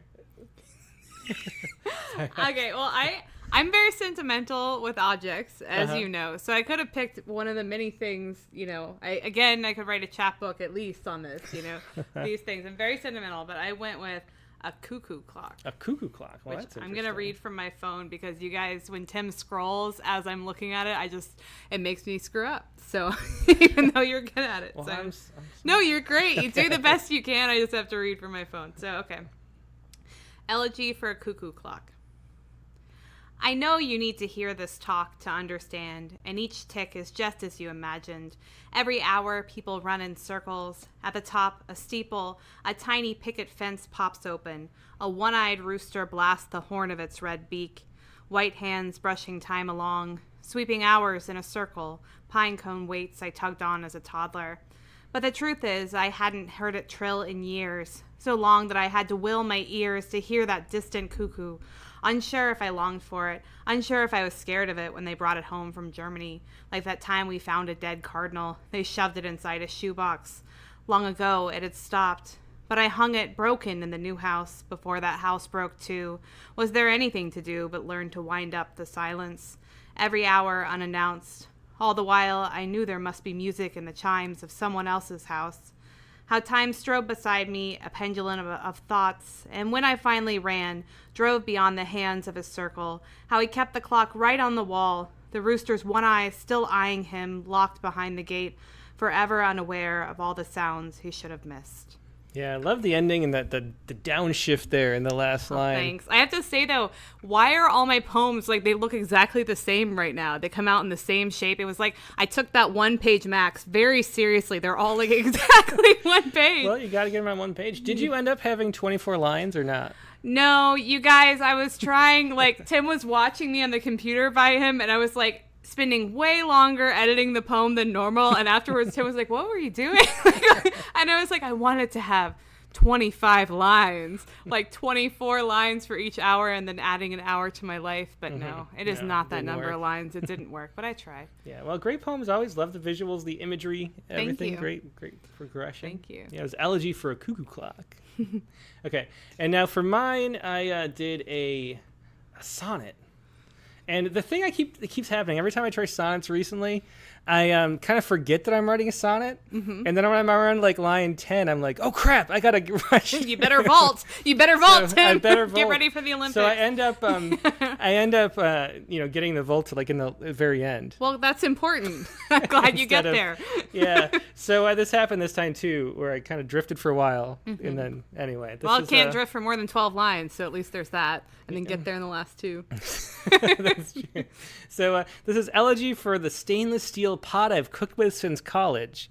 And I've been thinking about this pot because my son had the history project. We talked about, there's a poem about my what was that poem? I wrote a poem like my great-grandfather's watch, didn't I, or something? I think a long time ago. No, like recently. Oh, yeah. Oh, yeah, Didn't right. I? Yeah, I think you did.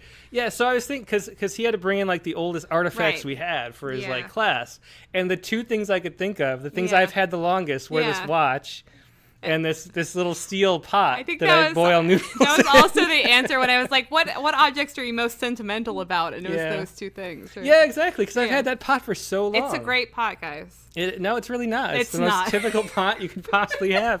But it's the thing that I've had longer than I know, anything but it's else. sweet, yeah. So anyway, I mean, I've had it for like, 25 years, something like that. It's a long pot. Okay.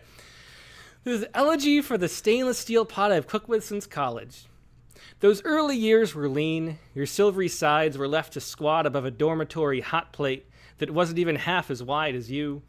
It must have been a purgatory, perched above the mini fridge, its glowing switch like a single square electric coal.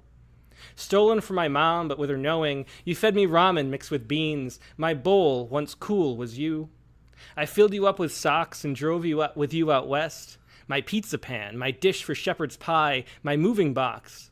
When a handle broke, I broke the other off. You lasted longer than the softer stuff. Oh, that's great. I love the purgatory perched above the mini fridge. It was. I just felt, suddenly felt really sad for this poor pot that it get to, cook elegant things, and then it was stuck for 4 years on a hot plate. Was your mom surprised that you still had this, by the way, after a certain point? It Yeah, must have I come remind up. her occasionally. Occasionally, Yeah. she's pleased. The nice thing about the handles breaking off is that you can use it for other things. You can bake with it because there's no I've done handles things to with that melt. pot. Yeah. Well, anyway, that is my my sonnet. So thanks for listening to that. All right, now let's see what else we've got for other people. Let's see. Let's go to first. Let's go to Roderick DC Pie. I can't really. I think it's stretched out a little more. But Roderick is here. Oh, great. Okay, I thought there might be a little more. Okay, gotcha. So great to see you. Thanks for joining. And Thanks a lot. yeah, and where are you calling from, first of all? I'm calling from Frederick, Maryland, and my friend Laura Berg told me to sign up for this, so I'm looking forward to it. Well, excellent. Well, so glad to have you on here for the first time. So what do you have to share with us? Okay, I have an elegy. Elegy for my old hands. And there is an epigraph. It's more difficult to drive a car or to open a can of soup than write an elegy. Oh, that's Tony great. Hoagland. Yeah. Elegy. Recent changes in the vernacular. An elegy is supposed to be easy. Tony said, all you have to be is sad. Well, I am sad, but it doesn't seem to be that easy. I'm sad for the loss of my hands. No, not these ones. They shake a lot, but they do the best they can. No, the ones I had before. The left hand was packed full of chords, from standard guitar tuning, through D tunings, through C and G tunings and variants, even dadgad, D-A-D, G-A-D. That hand could slide like crazy too, moving the heavy copper tube up and down the neck of the guitar, shedding magic notes in its wake. Just like Duane Allman's solo in the Allman Brothers' Statesboro Blues. Well, I like to think so anyway. The right hand, the picking and strumming hand, did its job well, until the thumb suddenly couldn't handle alternating bass. And that was the beginning of the end. Both those hands lost interest in continuing about 10 years ago. They were great while they lasted, and filled the house with music every day. Now I can hear Billy Strings anytime online, or be uplifted by Charles Lloyd's celestial saxophone. But it's not the same as feeling each note gather itself and launch triumphantly into the air from my old hands. I miss them. That's a great poem. I love the reading of that too. The beautiful images and music in that poem, and great feeling of nostalgia too. Thanks for sharing that. Thanks a lot. Yeah, I hope you come back again soon. I will come back again, yes. Great, thanks. Yeah, that was Roderick DC Pie with Elegy for My Old Hands. Yeah, wonderful poem. Actually, the pie bit is pen in hand. It's a magazine I edit. Okay. Yeah, well, so it's cool. just Roderick DC. Okay, gotcha. That's what I was looking at the Zoom thing. Thanks for sharing that. All right, yeah, Thanks. Roderick DC. Yeah. Okay. And now let's go to Bijwajit Mishra next. Hey, Tim, Katie. Hey, it's been a while. It's been a bit, and you're in a different area too, I think. Yeah. I am outside sitting in a balcony, if you can see that. Aww. Oh, wow. We came to our daughter's place. I've been out for the last 3 weeks or something, so I thought I must get my dose of dopamine. Well, it's great to see you again, and we definitely missed you the last few weeks. Yeah, I could do it because, I was telling you, remember in summer, it might be sometimes, because we have such a short summer here. So Yeah, well, you definitely have to take advantage. I don't blame you up there in Canada. Yeah. So what did you write about this week, Biz? Oh, I wrote about a bicycle I used to have as a kid. My first bicycle that was bought for me. It was a Rally brand. I don't know if it was here or not, but in India we used to have that brand. It was an older brand, a Rally. So that's about that bike I rode. Okay, so I'll just tell. So I just So, Billy, he is, right this time, he does all these rodeos. He does the commentary, live commentary. So he's at one of the rodeos, and he told me, when you are up, just let me know. So I just texted him. Because he might be doing what you're doing, Tim, right now. So he said if I can At sneak the out. rodeo. Yeah, that's funny. Oh. Okay. So the rally cycle. That's what my mom, who never rode a bicycle, would say, holding it in awe. And not only that, she would even add green as the color, which together with the brand would put it in a class of its own. I'm not sure where did she even learn of the brand Rally. I was in grade 8, probably, when my dad brought home a Rally, a black one. Seat adjusted down to suit me, yet it was years before that would happen in effect. Perhaps it would not go any further down. He took me to the field nearby where I got the first lesson in riding a bike. My memories are as old as me and as fading as me, but I can guess it would have taken a bit of adjustment on my mom's part to adjust to less than her utopia. Out to college, my brothers got to inherit it, and I would go back in vacations to ride sometimes and watch it lose its luster and sinew, its joints become rickety, the color fade out, the seat getting replaced, and the height raised to fit the growing brothers. There were talks about replacing it, but I would always claim that was very good bike and should hold out longer. I wasn't as opposed to getting a new one as to dumping the old one, until one day I heard it was stolen. Oh. Poor bike. Oh. That is great. I could definitely feel the love for that bike. Yeah. business. Aw. Okay. And good luck to Billy and the rest of his rodeo proceedings as well. Okay. All right, thanks. Well, it's great to Bye. see you. Thank Yeah, you. Have a yeah, good bye, night. Viz. Yep. Okay, bye. I'll see you on to the YouTube.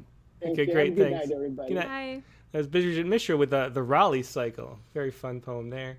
Let's go next to Joe Cottonwood.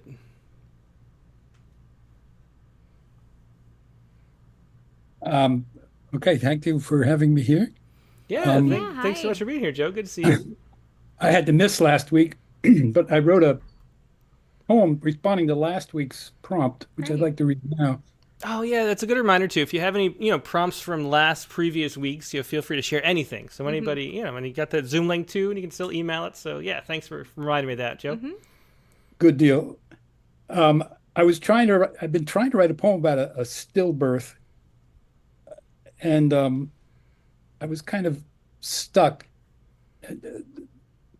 There's a fine line between miscarriage and premature birth, and I'm somewhere in the middle of that. And then the prompt came for the celestial object, and I was reading. This is almost a post response poem because I read about the new developments with Voyager 1, which is a celestial object, and that it came together as a poem, which I'm trying to find right now. Okay, here we go. So the prompt is write an extended metaphor about a celestial body. I call it the golden record. For those of you who don't know, there's a recording on the Voyager 1 spacecraft, which has now left it's in deep space. It's beyond the solar system, and it's carrying sounds of Earth on it. The golden record. They were recording sounds of planet Earth the day when you were born. You took a breath, just one, the only sound. So brief, that life, but we heard your soul. We named you Voyager. They engraved the disc, gold-plated, embracing music of many souls, and threw you into space, while Chuck Berry sang, "Go, Johnny, go." Voyager, you dodged asteroids while with Mozart mercifully unclobbered, and cruised by Jupiter among child moons where volcanoes erupted in applause. You threaded Saturn's rings, greeted by auroras of ultraviolet like curtains parting, so amazing even blind Willie Johnson could see. Your golden disk beyond Pluto left the solar system, glancing back for one last look at our pale blue dot with mournful songs of humpback whale. The years pass. Your instruments are shutting down, like our own. Your voice travels 22 hours at speed of light to reach us with a crackle. Your celestial body began briefly as an earthly one. Don't we all? Spirit ripples outward toward infinite stars. Who will next find you? What lucky life will hear your soul? Oh, very touching poem, Joe. Thanks so much for sharing that. Yeah, Thank you you, see too. the prompt down there that was write an extended metaphor about a celestial body. So the golden disc working out that way. Yeah. Yeah, really beautiful metaphor, really touching poem, Joe. Thanks for sharing it. Yeah, it's Joe Cottonwood with a golden record. And next, let's go to Dick Westheimer. Hello. Hey, Dick, good to Hi. see you. Good to see you. I'm so happy. I'm sneaking in a Rattlecast in between family in town and me leaving town tomorrow morning. So I can't miss. I've missed too much rattle in the last couple weeks. We missed you too much. Yeah, we definitely have. Yeah, but I know you got good reasons. Yeah, you know, you family do. coming in every summer, and it's a big family, great family you got there. Yeah, we only had 15 in our house this time, but they all had beds. They all had beds to sleep in. So that's Wow. what. Well, that's Aw, impressive. That is. Yeah, it was snuggled into spaces. So I think I'll read my poem from last week, the one I did resend it today, although I didn't get a return receipt. So I wonder if you got it. It might be probably because you sent another one, so I think it's fine. We got The Birth of Forgiveness, right? Yeah, Birth Yep, of Forgiveness. yep, got it right here. I'm just it was a T-ball for me because I write so much about Yeah, we were stuff. talking about that. I think on the show we mentioned it too, right? That it's too bad you weren't here because it's Yeah. it's right up your alley, the celestial Yeah. objects. Or right up my, I don't know, celestial alley. So I went deep. I went deep space. I went to the black hole almost from the beginning of stars. And actually, I've written down somewhere what the name of the celestial object is. It's some poetic number, but just imagine it's a black hole that we can't see. So, Birth of Forgiveness. And incidentally, one of the things I love about the cosmic poems, for me anyway, is just like I know there's a metaphor in every one of them, and so all I have to do is start writing, and they tend to reveal themselves, before too long. It's just I have confidence if it's an exotic object, something will happen. That's exactly how I feel too. That's why I was saying I could write a chapbook of these. And in fact, I kept writing mini prompts after the prompt about this. They keep coming up. I agree. Like you can just look at a list and then write, and I think it's really fun. So I got into it also. Birth of Forgiveness. This is about the faint signature of heat reaching here from the cosmic dawn. This is about a time when the universe was nothing but light, elements, ideas really, thoughts about a future when sentient beings so far away would finally understand secrets told by the singularity of it all and by the hum of just a few electrons. Can you hear them? From so long ago, elementary particles are singing bards, hymns of us. We, a collection of cells, now lying in the damp grass of a midsummer's night, imagining how we came from nothing, except the most massive black holes, the weight of 10 billion suns, come undone. And isn't that the whole of it all? That only by knowing the smallest parts of something so huge as a human can we begin to understand we are all protons gone wrong. We are all much more than our mistakes. So forgive me if I get your pronouns wrong, or if I don't bow down to your God, or forget to ask you how you were feeling, or missed our anniversary. I'm just a neutron to your nucleus, a galactic core to your quasar, love to your tired eyes, a sleepless night to your day, a faint signature of heat left over from the cosmic dawn. That was great. Great performance of that poem too, Dick. Yeah, very much so. Yeah, and it's almost like you have a whole manuscript of astronomy poems. Yeah, you do. Well, a few of them have found their way into chapbooks that have gotten sent to me around April 15th as "Nice try, Tim Green." Well, but other ones. A much nicer version of "Nice try, Tim Green." Yeah. Well, great work as always, Dick. Always great. And always happy to hear you. Glad you could step aside. Now go read that poem to all the kids. I think they would like it too. Yeah, for sure. Share it with everybody. I mean, that's bigger than most poetry readings. The audience you got there, Yeah, they can't really go anywhere. Appreciate you all so much. Bye-bye. Thanks. Bye. Take care. Bye, Dick. It was Dick Westheimer with The Birth of Forgiveness. Let's go over to France with Siobhan Brownlee so she can head out to bed. Hey, Siobhan, how you doing? Hello. Hello. So with this week's prompt about the elegy, I took the word home not to be house, but country. So home as in the country I live in. And today we had elections in France, and it's for the National Assembly, which in the States would be the equivalent of the House of Representatives. And there's been a big surge of the far right. So this is an elegy for the left. And so it's political. So I was interested that you also in the States are getting all anxious about politics.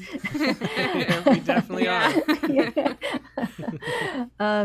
And so the elegy, I go back in historical times to when the left was extremely vibrant, the beginning of democracy, into the 18th century, and they were writing bills of rights, etc. And I contrast this with the new far-right leader called Jordan Bardella. So I'll read this now. Have you got it, Tim? Yep, I've got it right here. Go ahead whenever you're ready. Good. Elegy for the left.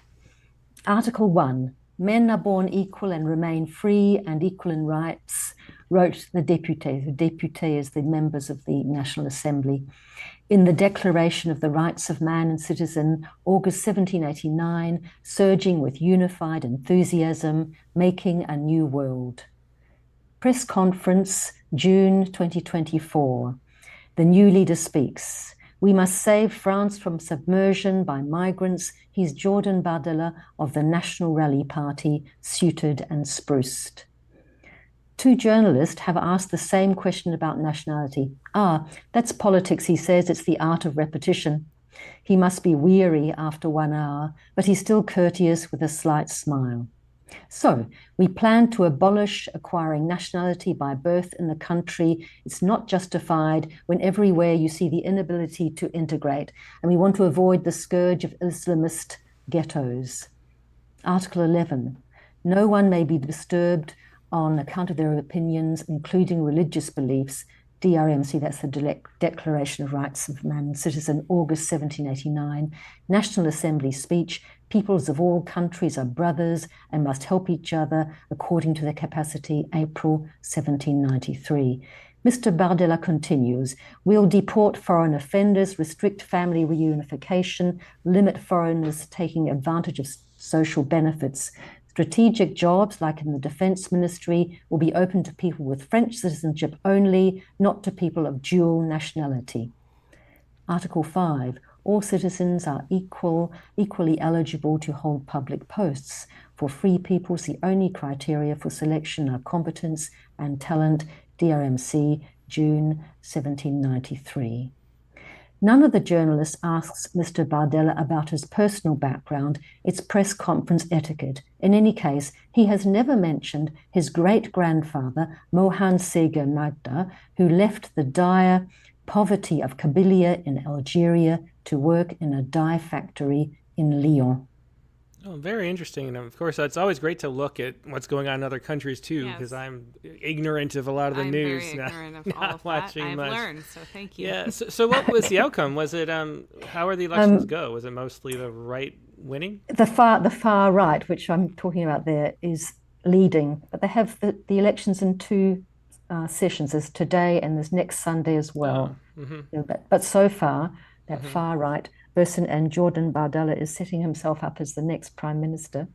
But very interestingly too, contrast with the poem that was at the very beginning of today about the two old men. This leader, he's only 28 years old. Oh my gosh. Wow. Very young, very young. 28, wow. Okay. Well, interesting. Well, thanks for that report and for that really interesting poem, Siobhan. I appreciate it. Okay. Thank you. Thank you. Yep. Thank you, everybody. Bye-bye. Yeah, bye. Bye. Yeah, that was Siobhan Brownlee with Elegy for the Left. And I'm glad too. I like the way that Siobhan interpreted home. I was hoping, honestly, because the first draft of that prompt, I wrote house, and I was like, no, I want home. I want a creative interpretation. So she nailed that aspect. very good. Yeah, there's a lot of ways to consider home. Consider home for yeah. sure. All right, well, let's go to Nivedita Karthik, who is at work over in India on a break. Hey, Nivedita, how you doing? Hey, Tim. I'm doing great, thank you. Hi, Katie. Nice to Hey. see you. Nice to see you. Yeah, so how are things going, and what do you got for us? Things are going good, as usual. I'm taking a little bit of break, as usual. It's 7:30 in the morning here right now. So what was you? What'd you write about? Floppy disk. That's great. That's a great yeah. idea. Wow. It's something that we don't see all these days, and I'm surprised by it. I mean, it was so useful, and it was there. I miss it so much. So,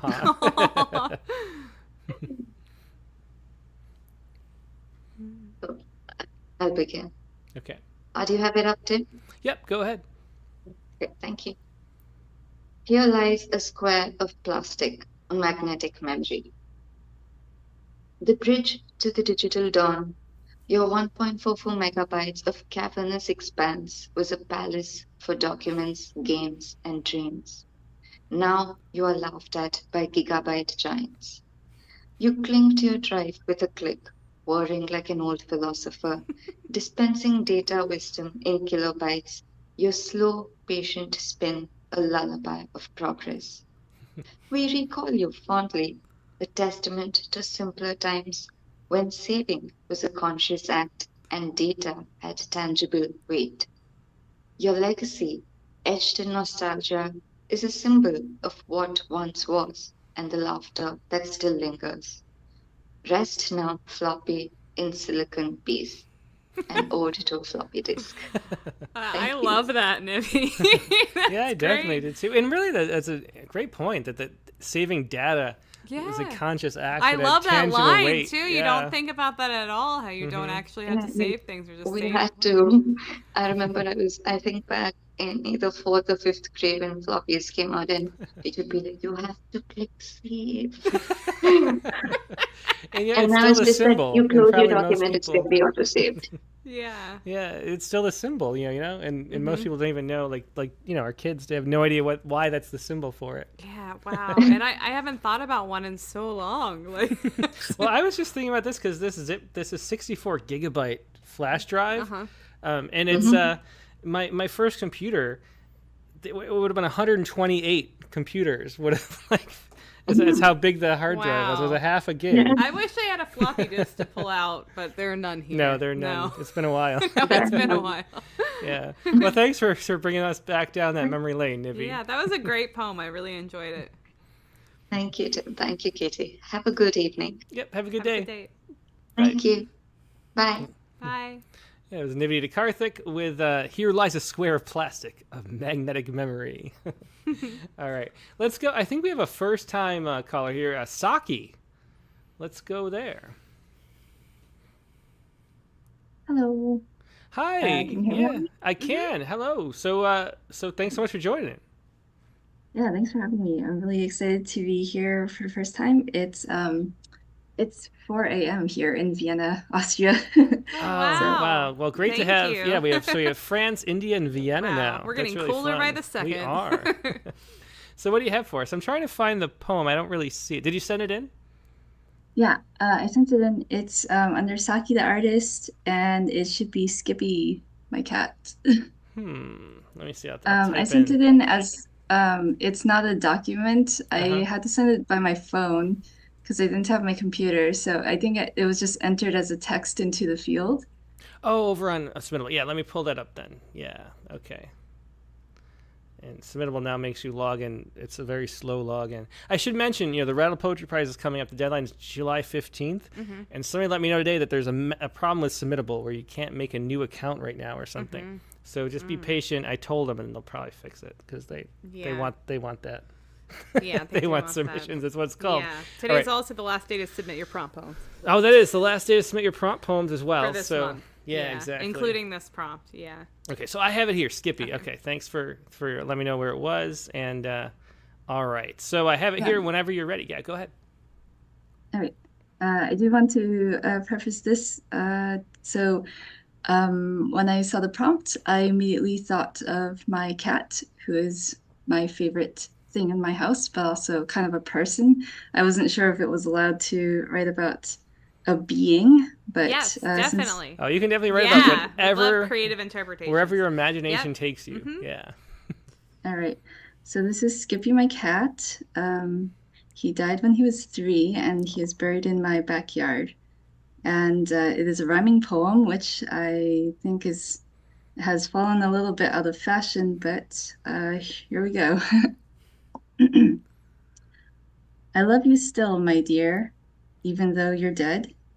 I would have kept your ashes right beside my bed, but it would have made a mess to have you close within my reach, as I try to hold you to my chest on nights when I can't sleep. And that is why you were not burned, you were buried instead of earned. Even so, I'm tempted to dig up those old bones and sleep down there beside you, so I won't feel so alone. Oh, that's such a sweet poem. Yeah, thanks so much for sharing that, Saki. Yeah. Thanks for having me. Yeah. Well, that was Skippy by Saki, the artist. And all the way from Vienna. That's really fun, too. Yeah, thanks for sharing that. All right, and let's go next to, Midge Hart. Sorry, I gotta make this bigger. How do I make it bigger? I don't even know. Hey, Midge. Midge Hartshorn. That's the rest of it. Hey, Midge. Great to see you. How's it going? Great. Yeah, and I think you're a first-time caller too, right? I am. Yeah. Oh, great. A lot of first timers today. That's wonderful. That's exciting. So where are you calling from? I'm calling in from Western Massachusetts. Ah, very nice. Yeah. Okay. I saw your poem here. So what did you write about? So my poem is called Elegy for an Ex-Husband. And when I saw this week's prompt, I was thinking, about home and about the kind of the space that's left by somebody who's not there anymore. So that's what I have this week. Yeah, well, I have it up. Yeah, go ahead and read it whenever you're ready. Okay, I'll go ahead and read that now. Elegy for an Ex-Husband. We built a home together, he and I. We built a baby together. We built a humor and an ideology and an escape from our hometown. We changed each other for the best until I unraveled the home, cleaved apart our cleaving, claimed the gulf of our growth was uncrossable. Oh, there is no one singing in the shower and humming in the hallway and drumming in the office. Oh, there is no rabbit hole of project after harebrained project on the dining table. Oh, there is no effort to fix the hole in the bathroom wall. Oh, there is no one to take the baby out while I doze. Oh, there is no fighting over forgotten anniversaries. Oh, there is no love made in the bed late at night. Oh, there is no one to muscle up the garden. Oh, there is no pile of bunched up socks under the couch. Oh, there is no reaching the highest shelves in the kitchen. Oh, there is no one sewing tiny overalls for the baby. Oh, there is no laughing over old jokes and shared relations. Oh, there is no partner on bike rides. Oh, there is no frustration over failed promises or guilt over the ever-present mess. Oh, there is no banter over what to make for dinner or who should cook or clean tonight. Oh, there is no more pandemic rescue dog and no one else to walk him. Oh, there is no shared memory of an Idaho backwoods roads childhood. And oh, there is no dream of our future. But the dishes pile up in his own sink, just as they do in mine, and his laundry stays unfolded just as long. And my face is scruffy in just the way his scratched me. And my legs are just as woolly now, and my voice is deeper than his ever was. We look more like brothers than ex-husband and wife, as I imperfectly fill the hole in my home. A decent man is hard to find, and harder still to name. Did we really grow too different, or just too much the same? Oh, yeah, very interesting, powerful poem. Yeah. Thanks for sharing that. That was Elegy for an Ex-Husband. Love the turn there in that, from the O's to the but. Yeah. Yeah. Yeah, I love the list portion, too. It builds very well. Yeah, thanks so much for sharing that, Midge. Thank you. Hope you join us again, too. We could get all three of the first-timers back. That'd be exciting. That would, definitely would. Thanks for being here. That was Midge Hartshorn once again with Elegy for an Ex-Husband. And we have another first time. We have a lot of first time callers today. Where did it go? I saw. There it is. Christiana Doucette. You got it right the first time. I'm impressed. Thank you. Way to go. Well, I've been guessing at names for like 5 years. You guessed well her. done. Yay. Usually I get Christine or Christina, and I'm like, no. Well, so glad you'd be here. Where are you calling from? Calling from South Carolina, where it is very, very warm. Nice. I know. Every time I ask, I get like a little pin and a little map in my head. Yeah. It's fun to drop another pin there in South Carolina. Thanks for coming on. So what do you have? What did you write about this week? Well, I did write an elegy, but I don't feel like I'm ready to share that one yet. Okay, So I actually have one from last week, and I wrote it for last week's prompt. But then I was on a writing retreat up in the mountains, and it wasn't going to work to call in. I was hoping it was okay to read it. Yeah, that's today. great. Yeah, definitely. Love to hear it. Yeah, go ahead. And this one's based on last week's prompt about a celestial body. I think it might be the same one that Dick Westheimer, Interesting. which was the black hole that was discovered in 2019, like waking up. And one of the things that shocked me as I was reading that was how it lit up everything around it. Oh, wow. When it woke up, you'd expect, I don't know, I guess I don't know very much about black holes, but I would have expected black hole, everything would start going dark, but instead it like lit all gases around it fire, and there was this bright light. And the reason that they think it's a black hole and not something else is because it's stayed lit since then. So, oh, wow. Interesting. This is about this past November when my father had an aneurysm, which is another hole. He did survive, but I'm going to share that. Okay. It's after the aneurysm burst. When the black hole woke up, space blazed with light. We dropped our regular orbits, rushing to ring round, rows of us all falling down. What did my mother know of dark matters? This was just a moment, not a universe collapsing. He'll be home tomorrow, she said, her light bent in. But I knew how to read the night sky. Fly, child, fly, it urged me. A convergence of vain attempts to staunch the growing pocket of darkness. Fly, I told my brother as I searched for childcare. What fools we mortals are, delays have dangerous ends. The hole in our world yawns, we bend. October snowflakes sped past my rental, jumping to light speed as I wove solo between the glowing stars roving the streets. Milky Way and starburst wrappers caught in my wake, whirled away into galaxies still dark. Where to park? 6 garages, scattered among towers. I skywalk hall to hall, all fall down. I pull my thin coat tighter. The northern lights dazzle me, frazzle me, tumble me to the help desk. An ache, groan in the night, groans the fears I fight, but no ears in sight. Tears choked my throat as I wrote my brother. What room? What floor? What more, I might have asked. Would he know me? Did he still live? Would he even want me there? See how I go, swifter than arrow, up the narrow hall, through to the neural ICU, a space invader. The hiss of oxygen mask. That is my father, there, hooked to tubes, breathing for him. I stooped into him, scoop forward to unwrap the gap between us. X-rays shoot into place, brain scans, all life's plans upended, suspended, the gravity of place, of this embrace after so much silence. I brace for impact. A turbid tidal wave in my center churns. Then he turns and hugs me back. Oh, powerful poem there. Yeah. I love the energy of that. And the internal rhyme was really nice too. Yeah. Yeah, definitely. I mean, really, have you ever done like slam poetry before? It makes me miss slams. No, but I love poetry. Yeah, that kind of intensity where you're just hanging on every word by the end is what you feel at the slam. Thanks so much for sharing that. Yeah. Christiana. Hope you come back. Thanks. Yeah, that was Christiana Dosset with After the Aneurysm Burst. Yeah, really powerful poem there. Next, let's go to Hamat Malak. So I'm going to drop a pin down in Australia. New Zealand. Hi. Hi, great to see you. Hi. You too. Yeah, mine's another human one. Great. Okay. I didn't know I liked you back then. Once more, you're not here.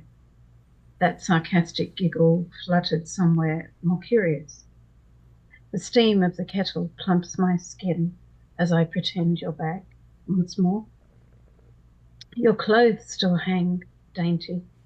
They swish as I run my hand through their waves. Once more, I catch a glimpse of you in the glass and look again. Some days I hold up your old earrings, let my eyes catch your sparkle, and see if I can be you again.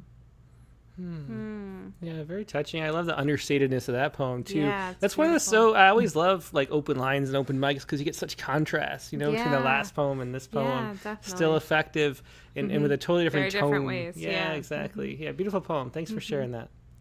Thank you. Thanks. Yeah, it was Hamat Malak with I Didn't Know I Liked You Back Then.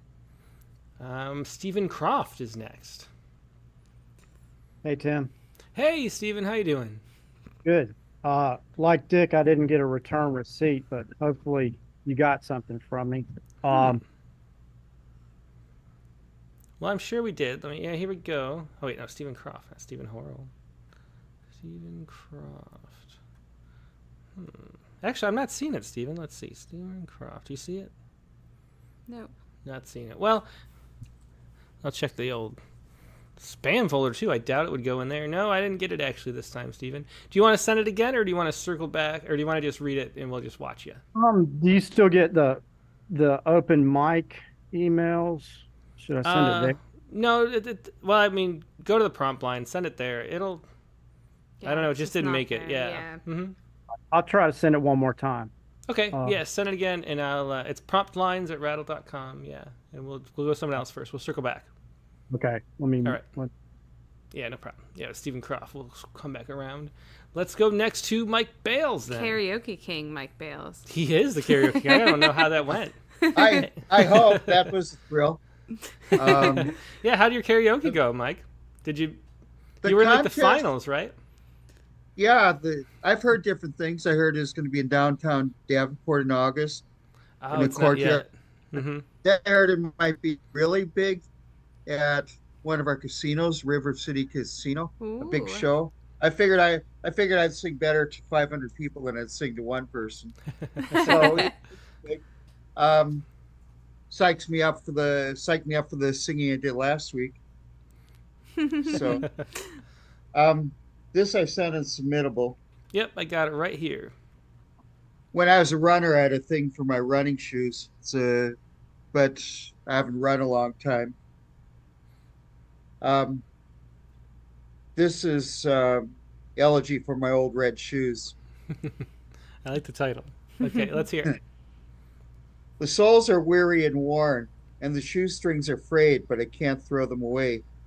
The last time I saw them, they were in a corner of my room, under a tattered t-shirt left on the floor. I remember when I wore the old shoes as slippers on a cold dew. Life, even just for a moment, as they fought off a winter chill, so that I'm back home to stay for good. I slipped barefoot out the back door with tonight's dinner, the one that I burned and threw away. Tonight I'll try something else, while the shoes I keep tell the story of a well-lived life on the road. Yeah, very cool, Mike. I always love those glimpses at the past. Yeah. A lot of nostalgia. Who can forget flagging? Yeah, well, definitely. Yeah, thanks for sharing that, Mike. Okay, thanks. Yeah, cool. That was Mike Bales with Elegy for My Old Red Shoes. And let's see. I'll take a look. We'll get back to... Oops, that's the wrong one. A lot of emails. A lot of emails A lot of there. emails. Let's go to Chelsea McClellan next. Hello. Hey, Hi. Chelsea. Great to see you. Great to see you all too. So, what do you got for us? I have a prose poem. Ah, interesting. Of an elegy of sorts. About, well, I'll just read the poem. Okay. I just I hope that just because a poem has an epigraph does not make it seem didactic, in that I have any idea what I'm talking about. Well, I don't think, epigraphs are great. I think great, source of leaping off. Yeah, that's how I think of them. So this is Mr. Descartes, an elegy of sorts, with a quote from Charlotte Mason, which says, "For whether that initial idea be right or wrong, reason will confirm that the responsibility which rests on them is the acceptance or rejection of initial ideas." I couldn't stop laughing at myself, dressed head to toe in purple, the face paint, the baggy school gym shorts, head tipped back, piling purple frosting on my tongue as if I were the crazy one, dancing in still frames while Gogol Bordello sings to me his premonition. So why don't you start wearing purple for me now? All your sanity and wits, and it's just a matter of time. But that's not what I dug out the hard drive to find. I was looking for you, Mr. Descartes, but it's gone. The screenshot of our first fling, your meditations on first philosophy, me in the shared apartment with my pot of coffee and flashlight, desperate to understand and regurgitate your ideas into my own words before the next day's deadline. You, with your empty basket, throwing to the pigs the rotten apples, and the perfectly edible ones all the same. In the morning, I'd asked if you'd like to take a walk with me. But you were too busy scrubbing out your basket with a straw brush. Oh, very interesting. I love that metaphor at the end, Mr. Descartes, an elegy of sorts, and the nostalgia, just all this nostalgia coming up. I'm loving that aspect of this prompt. Thanks for sharing that, Chelsea. Thank you. Good night. Bye. Good night. That was Chelsea McClellan with Mr. Descartes, an elegy of sorts. All right, and next up, let's see. Now we have Stephen Croft's poem. Let's go to Stephen Croft. Okay, I had to use another email account, but then I did get the return receipt. So that Interesting. Worked. Yeah, I wonder why. Anyway, yeah, go ahead. And this is in memoriam RCA AccuColor, which that's a TV, right? RCA AccuColor, probably. No, that's right. Okay. Right. Yeah. So in the first two lines, I reference Walter Cronkite, who's a pop culture patriarch. I think that's appropriate. Also, W.H. Auden's Funeral Blues, which may be a little bit inappropriate and melodramatic, but because of how sincere and powerful Auden's poem is. But I will say that Neil Young wrote a song rather, about an old car, which is truly touching and moving. So that's my use. This is in memoriam. RC, stop the VHF pull down aluminum antennas, forget the nightly news, because that's the way it was. This must have been my grandparents' mood in 1991 when the living room's central focus, easy chairs turned toward it like an altar, fizzled its signal and blinked out for the last time, went black forever.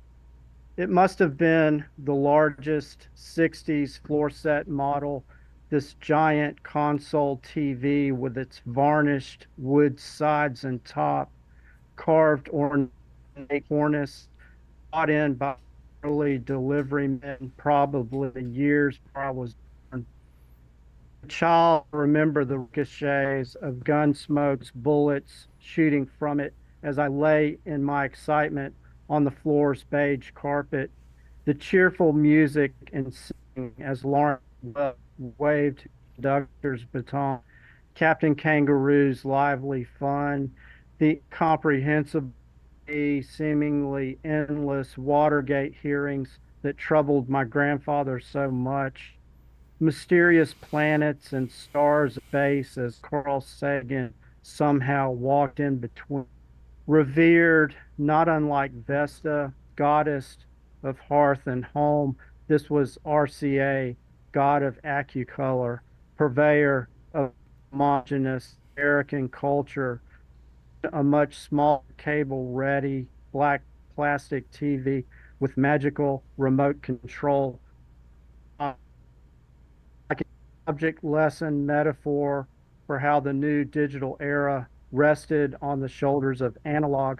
The black TV sat there until grandparents gone. I inherited the house. Now 2 cats eat atop you to avoid the dog's pilfering recidivism. You, the perfect mausoleum for yourself, fluted edging of your wide varnished top, weathered by the scoring cloth, fed, contented cats, color images you play store, I like to think, in the faux drawers. In the faux drawers under your screen, we're having some. I think it's Zoom itself is having some difficulty because it's like everybody. And I checked our internet connection and it's fine. So I think Zoom is having some server issues. Unfortunately, yeah.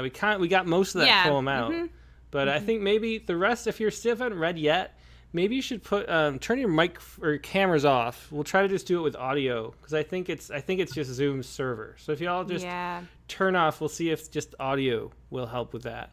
But thanks for sharing that, Stephen. I think we missed a couple words, but I think it got all out at the end.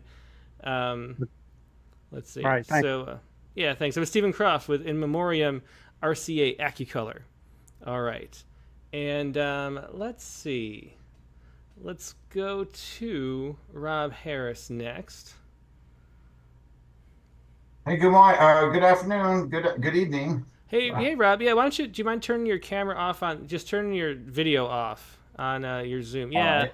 And we'll just do it like this for the rest of the show. Yeah, because I think we'll get everybody's audio better if we do that because it's something's obviously going on with Zoom. Yeah. At least on where it's getting to us somehow. But anyway, thanks, Rob. So what do you got for us this week? Yeah, no problem. I just wanted to start by saying I posted the link to the anthology that Erin Murphy had talked about in the interview about the house and the basically it's through submittable. They're opening submissions in September and it goes through October. So if anybody wants to check that out, go to the comments in YouTube and you can find that. Yeah. Great.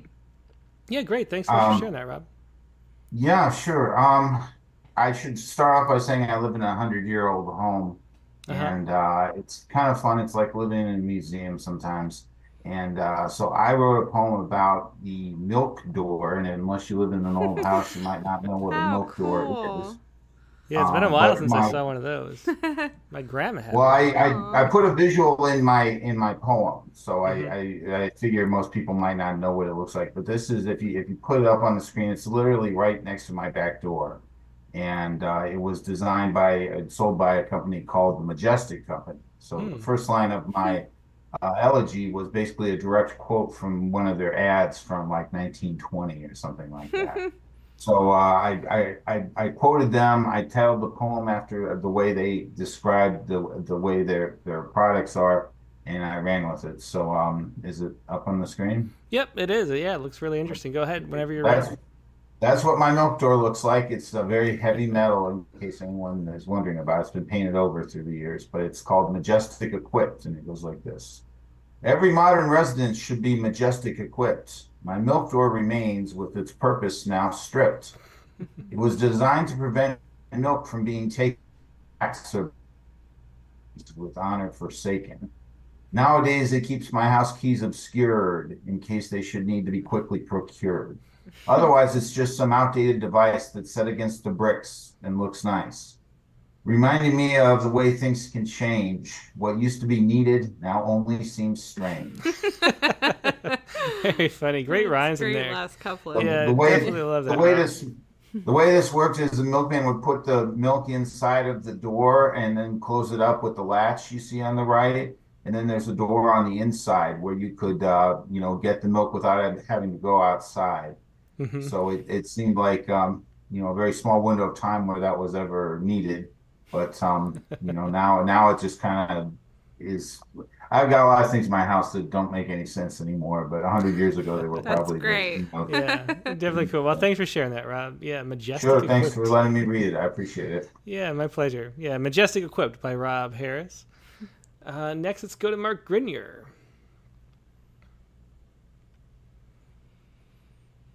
You there, Mark? Hey, Mark. Hi, Tim. Yeah, hi, Tim.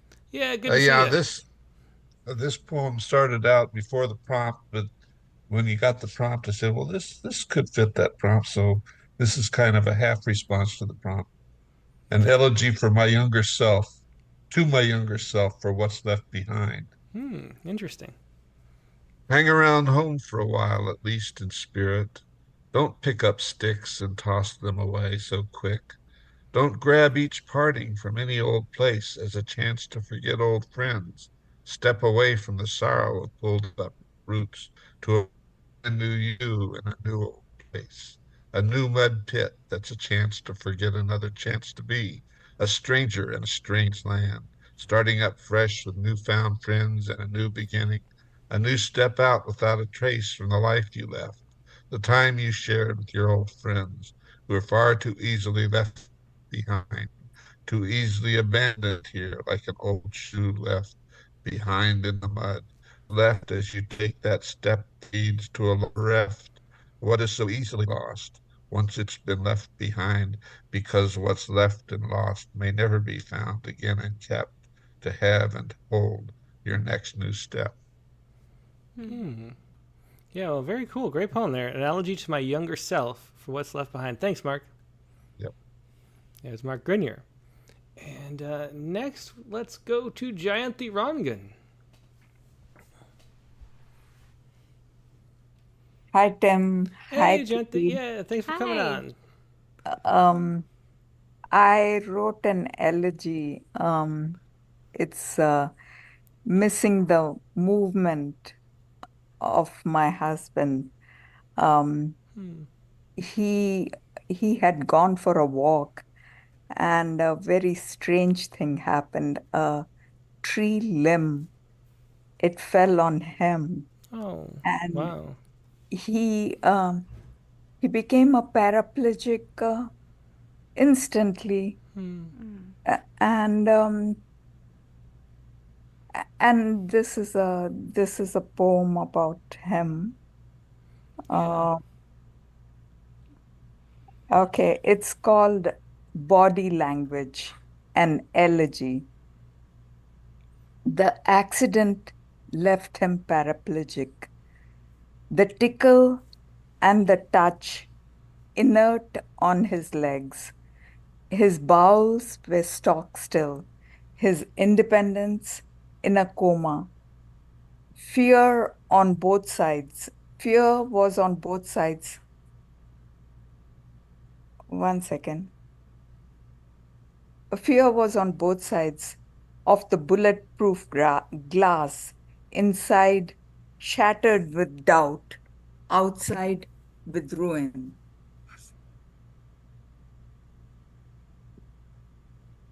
his feet had been the marathoners. They had stood firm in adversity, had pedaled, swum, and jogged, now yearning a stem support. At his ICU bed, he stretched his arms, took his family in an awkward swoop. Through his neck brace, tubes, and pain, his silent rap said, I can hug you all. Yeah, what a moving poem. Body language. Thanks so much for sharing that, Jayanthi. How recently was that happened? Last week. Oh my gosh. Oh, Jayanthi, I'm so sorry. Yeah. Thank you. Yeah, well, I hope, everything goes as well as it can. Yeah, thanks for sharing that. And like you said in the note, too, that I saw, thank God for poetry to be able to express and help through difficult times. And thanks for choosing to join it, to share it with us tonight, too. Yeah, for sure. Thank you. Yeah, thank you. Yeah, it was Jayanthi Rangan with Body Language, an elegy. And let's go to Steve Horrell next.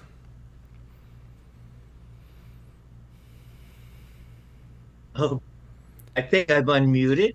Yeah, you have. Hey, Steve. Can you? Yep, Okay, we can hear good. you. Yep, good to hear you. So, do you want to try? Maybe we should try flipping the mic camera. Maybe it's fixed at this point. You want to try flipping it on? sure. Okay, we'll see. We'll give it a little test. Although I kind of like hiding. At any rate, I did send you two things. Although I'm quite reluctant to read the ode because it's out there quite a bit further than I usually go. However, I'll read the one for this week. Okay. So it's called What's Missing. Okay. Yep. Got it up. Okay. The five-sided beer-making cabinet fits so nicely into the corner. The kitchen cupboards, the top ones with simple handmade doors, the lower ones straddling the sink, the bold, colorful cups and dishes visible. The resurrected oak table, the top painted blue and yellow, triangular chain patterned. The louvered folding doors, hiding hot water tank and washing machine. The folding desk with 3 drawers below in which way too many things live. The built-in bed with storage underneath in Bridget's tiny bedroom. The wardrobe in our bedroom, still most things there, not mine. This poem is an elegy to what's missing. The woman who made these, whose photograph I'm looking at now. Yeah, another touching poem. That's What's Missing. Yeah, thanks so much for sharing that, Steve. Did you see the ode that I sent? The ode. I sent it in submittable, but I don't really need to read it. It's what I was attempting to do was to find something that no one in the world would write an ode to. Well, I'm excited to read that when I come into the submissions. Well, I'm not so sure. I guess I could read it, and I think it's probably the second person. Well, we're gonna move on because might be if it doesn't come up. Yeah, we'll move on though because one poem per person, one page. Okay, that's good. We got a lot of people on the line still. Okay, that's great. Okay. I've been saved. Okay. Well, next week though, if you don't come up with something, feel free. Well, okay, I doubt it. Okay, take care. Okay, Thanks a lot. care. This was a great evening, by the way. I love the interview. Oh, thanks so much. She's okay. Yeah, she's Thank you. great. Bye All bye. right, take care. Bye. Yeah, that was Steve Farrell. Let's go next to Brian O'Sullivan. Hello. Hey, Brian. Hi. Good to see you. So we can't see you, Brian. So does that mean that we're actually talking to your empty chair? Do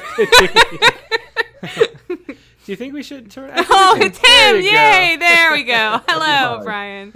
Yeah. Occupied chair. Yeah, it's really just a chair, though. I'm just occupying it. So last weekend, our dishwasher stopped working, which ordinarily I would think was unlucky, but it seemed like a good topic. Mm-hmm. It's a little bit silly, Great. but and also Dick had asked the question about whether you can have an elegy that's direct address, which made me think about the A.E. Housman poem To an Athlete Dying Young. So that kind of gave me a template, which I use as an epigraph. Oh, yeah, So, that makes sense. Mm-hmm. Yeah. To a dishwasher dying old. The time you won your town the race, we chaired you through the marketplace. A.E. Housman To an Athlete Dying Young. Each time you washed our dinner plates and left them clean without a trace of turkey and stuffing or relish and mustard, we barely noticed, no praise was uttered. Your gentle sound would soothe my wife and ward off nascent marital strife. You doubtless saved us countless hours of work with your awesome steamy powers. Yet we never loved you well enough. When your wax gray reels came off, I cursed you as I put them back on, and I blamed you when I found a bacon speck on a plate I should have scraped. The boon you were to us escaped our notice. But now your tub won't fill, and soon the Best Buy guy will disconnect you from the plumbing. We'll hear no more your pleasant humming. We'll try to appreciate our new KitchenAid. We should at the steep price we've paid. Hope it's got that third very rack. unserious compared to a lot of the poems tonight, but Oh, that was great. Yeah, it's so fun. Thanks so much for sharing. Sorry that, for Brian. tripping Thanks. you up by laughing way too hard. Oh, I enjoyed that. That was good. Good time. Yeah, it was a great line. Thanks, Great poem. Brian. Thanks, Brian. There's Brian O'Sullivan with To a Dishwasher Dying Old. Oh. Let's go to Laura Berg next. Hello. Hello. Hi. I do think for everybody who's still here that the I think the stream is a little, or the Zoom's a a little better. Maybe So with if you fewer wanna, people waiting now. It's... Yeah, if you want to turn on your mic or camera, feel free. But if not, that's fine too. But good to see you, Laura. Or well, potentially. Good to hear you. Yay! There's there Laura. you go. There are so many touching poems tonight. So. Yeah, there definitely are. Here I wrote to a textile collection that is going to find its way elsewhere. So, sizing. A veil stitched with pom-poms along the top and embroidered with abstract woman forms. Multicolored silk babies in wombs crisscrossed by comets of undyed cotton on a red wool background, solid and yet a celestial gate to squeeze through into an ineffable balance. Who gathers such esoterica? I must let go such threads tangled in neurons, shades of henna and carmine's indelible dye, of crushed female cochineal beetles, infiltrating wedding shawls collected from oases by a scattering of myself, perfumes, wools, silks I'm still lost in, the perversion of coveting weavings, carpets, how many knots per inch, haggling over tea with the men who vend women's tribulations in domed souks that spirit the art out of a country. Once long tassels reigned, not yet missing or frayed, and as I send away the collection, I somehow remain bound to the patient shuttle, awed by the loom's intricate machinations for tender feet to tread upon. Yeah, very interesting poem. Thanks so much for sharing that. Thank you. Yeah. Thank you. This is downsizing. Yeah, yeah. Great images and details there. Thanks for sharing that, Laura. Bye. Bye. Yeah, there's Laura Berg with downsizing. Next, let's go to Emily D. I think this is another first time, so thanks, first time caller. Thanks so much for joining, Emily. I used to come a lot. I haven't been here for. That's what I was wondering. The name was familiar. This is Emily. Let me pull it. Yeah. Where is it? I saw it. At the top? Oh, there. Emily D. Ferrari. That's it. And it was a familiar name. Yeah. But it's been a while. So I'm Yeah. so glad he could come back. It's been, I don't know, like a year or two or something. It's been about a year, I think. Yeah. Oh, wow. Yeah. Like I was coming back to the bar, you know. Nice. It's been really wonderful. It's been like life, you know. There's really sweet stuff and incredibly hard stuff to listen to, and laughter. It's been a good night. It's been a very good night. It has, for sure. Yeah, well, thanks for participating. And what do you have for us? I have, I'm not sure which copy I sent you, but I have something that I'm calling Nono's Wall. Stones scattered, as did we. Gina took some for the pond at her place. Tony to his house also. For what, I don't know. Rosa scavenged the woods where they'd been repurposed around midnight fires and smoke, upstroking wild cherry branches. She discovered the abandoned pit, carried rocks back to the hillside, built a decorative replica where his wall, until the dismantling, had stood, had held back the cascade of Shasta, the alyssum peeking through spaces, the mums, the marigolds, the yellow sedum, among which Gilda, when her hair was brown, knelt digging in the black earth, the shining sun of July that I still taste on salty, sweaty, longing skin. Oh, another beautiful ending there. Yeah, that was Nano's Walls. Yeah, thanks so much for sharing that, Emily, and so glad you could come back. It's been a bit. Great to see you. Good to be back. Thanks, guys. Yeah, thanks. Yeah, it was Emily D. Ferrari with Nano's Wall. And last but not least, Jared Campbell is here. Hey, Jared. Hey, everybody. Hey. Hey, great to see you. Good to see you. So I talked about a window unit air conditioner.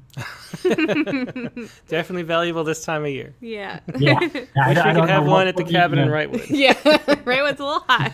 Yeah, I have a portable one that I stuff the vent up the chimney and hope it gets a little cold because our windows don't work. And hopefully Santa doesn't come during Hopefully, summer. yeah, we got to take it out before Santa, or else he's gonna get some. Maybe he'd like it. I don't. Maybe he likes the North Pole. He does. Yeah. No, but it's blowing hot air, so that's kind of good for that's Santa. right. That's Anyway. a good point. That's how it works. Okay. Okay. Well, after all that, thanks, Jared. The window unit. Window unit. Steam was rising from the sidewalks one humid afternoon. I traversed that familiar cloud, the smell of trash in June. I climbed the stairs, unlocked the door, and listened to my rescue. It was doing its salvific work, my humming window unit. No one stays forever, said my friends as they were skipping out. Then I too left the streets of window units dripping. Everything's convenient in the suburbs, but nothing's there. I sit with no place I can walk to, coddled by central air. Home's not a place you stay, but one you love while passing through it. I close my eyes. I still can hear my humming window unit. That's great. Another light poem. I love the rhymes in that one. Yeah, that's Jared. nice. Yeah, really good choices there. Thank you. Yeah. Thank you. Yeah, that was a window unit by Jared Campbell. And so that's going to wrap up the show for tonight. I think we don't have time for extra poems because it's pretty late. Barely had time for all the poems. There's love having great. a full cast on hand tonight and a lot of new faces. Yeah, that was it's really fun. Yeah, so let's see. So the Sciku for this week, which we do, is based on this. It's a Cornell, from the University of Cornell, and they were looking at the Kyrenia shipwreck. And I'll show you some pictures here. Hang on, let me kind of shrink it because I'm going to have to. This is it right here. This is the shipwreck of the Kyrenia, which was the first shipwreck discovered in like the 1950s, at some point, like around the 1960s, off the coast of Cyprus. So it was a ship that sunk at some point, in BC, around like 300 BC, and they pulled up the whole hull and all sorts of stuff, and hoping to find some gold and all that stuff. What they found mostly were jars of almonds, actually, and so a lot of ceramic jars and things. But they couldn't really date it to the exact time. It's very precisely with carbon dating, and so what they did with this recent research from Cornell is did some extra work into getting the carbon timeline going. It's kind of complicated, but carbon, it's captured. It decays at a certain rate, and it's made, carbon's knocked into carbon 12 from 14 by like cosmic rays. So it's kind of continuously, but then there's different times where like there's more cosmic rays because the sun's may not feel as weaker and blah, blah, blah. So they have this whole reconstruction of like what it should be to kind of judge how old this stuff is. They had a whole different reconstruction of the curve, they call it, for carbon-14. Anyway, they had to redo it to make it so they could figure out when this was. And the ship was found to be, they got a date in the range of around 280 BC is what they ended up with. So anyway, that is a cool shipwreck story. And here's a quick shipwreck Sciku. And remember, the point of the Sciku is because you don't have to do current events about the news or about, you don't have to do Poets Respond poems about politics or anything like just main aggravating stories. You can do Poets Respond poems about anything, including scientific discoveries. Yeah, like that was my strategy before I was published, too. I was going to write it on all the weird topics because those are so fun to read about. Yeah, exactly. So the Sciku for this week is this right here. It is dating the shipwrecked bank account. Dating the shipwrecked bank account. And think about, inflation and how much it costs to go out to eat. And also the fact that there was not any gold discovered on the old shipwreck there. Aww. Unless almonds are your gold. Well, they are gold to me. I love my almonds. I don't know if you want to eat those. No, probably not. Anyway, that is going to wrap up the show for tonight. Now, next week's prompt on the Rattlecast is going to be what, Katie Dozier? You're going to write a poem set on a specific road or path. So, of course, this is inspired by Erin Murphy's, the first poem that she read, right? The I-95 corridor poem. I love that poem. And I think it's really interesting, these relationships we have with a specific road or a specific path that are, and then the inherent metaphor in there. I love Erin's poem, so I think that I'm excited to learn more about everybody through their specific road or path as well. Yeah. Also, everyone thought you were going to go with a cento. I know. I love tricking. And Ted Guevara guessed it during that. I was so thrilled with myself. I maniacally chuckling. But and then today, so everybody should send in their prompt poems for this month. By tonight is the deadline. Yep. The deadline is midnight tonight Pacific time. We always were including the elegy prompt. It's kind of a funny day where we actually are closing out the month on the Sunday. That's true. So yeah, and then we'll have everything decided and be picking the next prompt poem of the month. So I'm excited to read everybody's poems. Yeah, looking forward to that. And next week's guest in the Rattlecast is going to be Maz bin Bilal. So if you read the summer issue of Rattle, he was the poet that we interviewed to learn a whole lot more about ghazals. He is a translator of ghazals and Indian poets, and his book is Ghazalnama, which is full of ghazals too. He's a ghazal scholar and really fascinating poet to talk to. And because he is outside of the U.S., he's actually not in India. He's in England right now. But it's still way too late in England to do the show, to ask anybody to go on. So we're going to move it to our early time slot, which we occasionally do. And the Rattlecast is going to be noon Eastern time, 9 a.m. Pacific. So I'm going to wake up in old Wrightwood and roll out of bed and turn on the Rattlecast. And then I go to a softball game in the afternoon, too, which is always fun. 2 softball games. Yeah, it's true. So that'll be Rattlecast number 252 with Maz bin Bilal and your poem set on a specific road or path. Sunday, July 2nd, noon Eastern time. Hope to see you then. Hope you have a great week in the meantime, and we will talk to you later. Good night.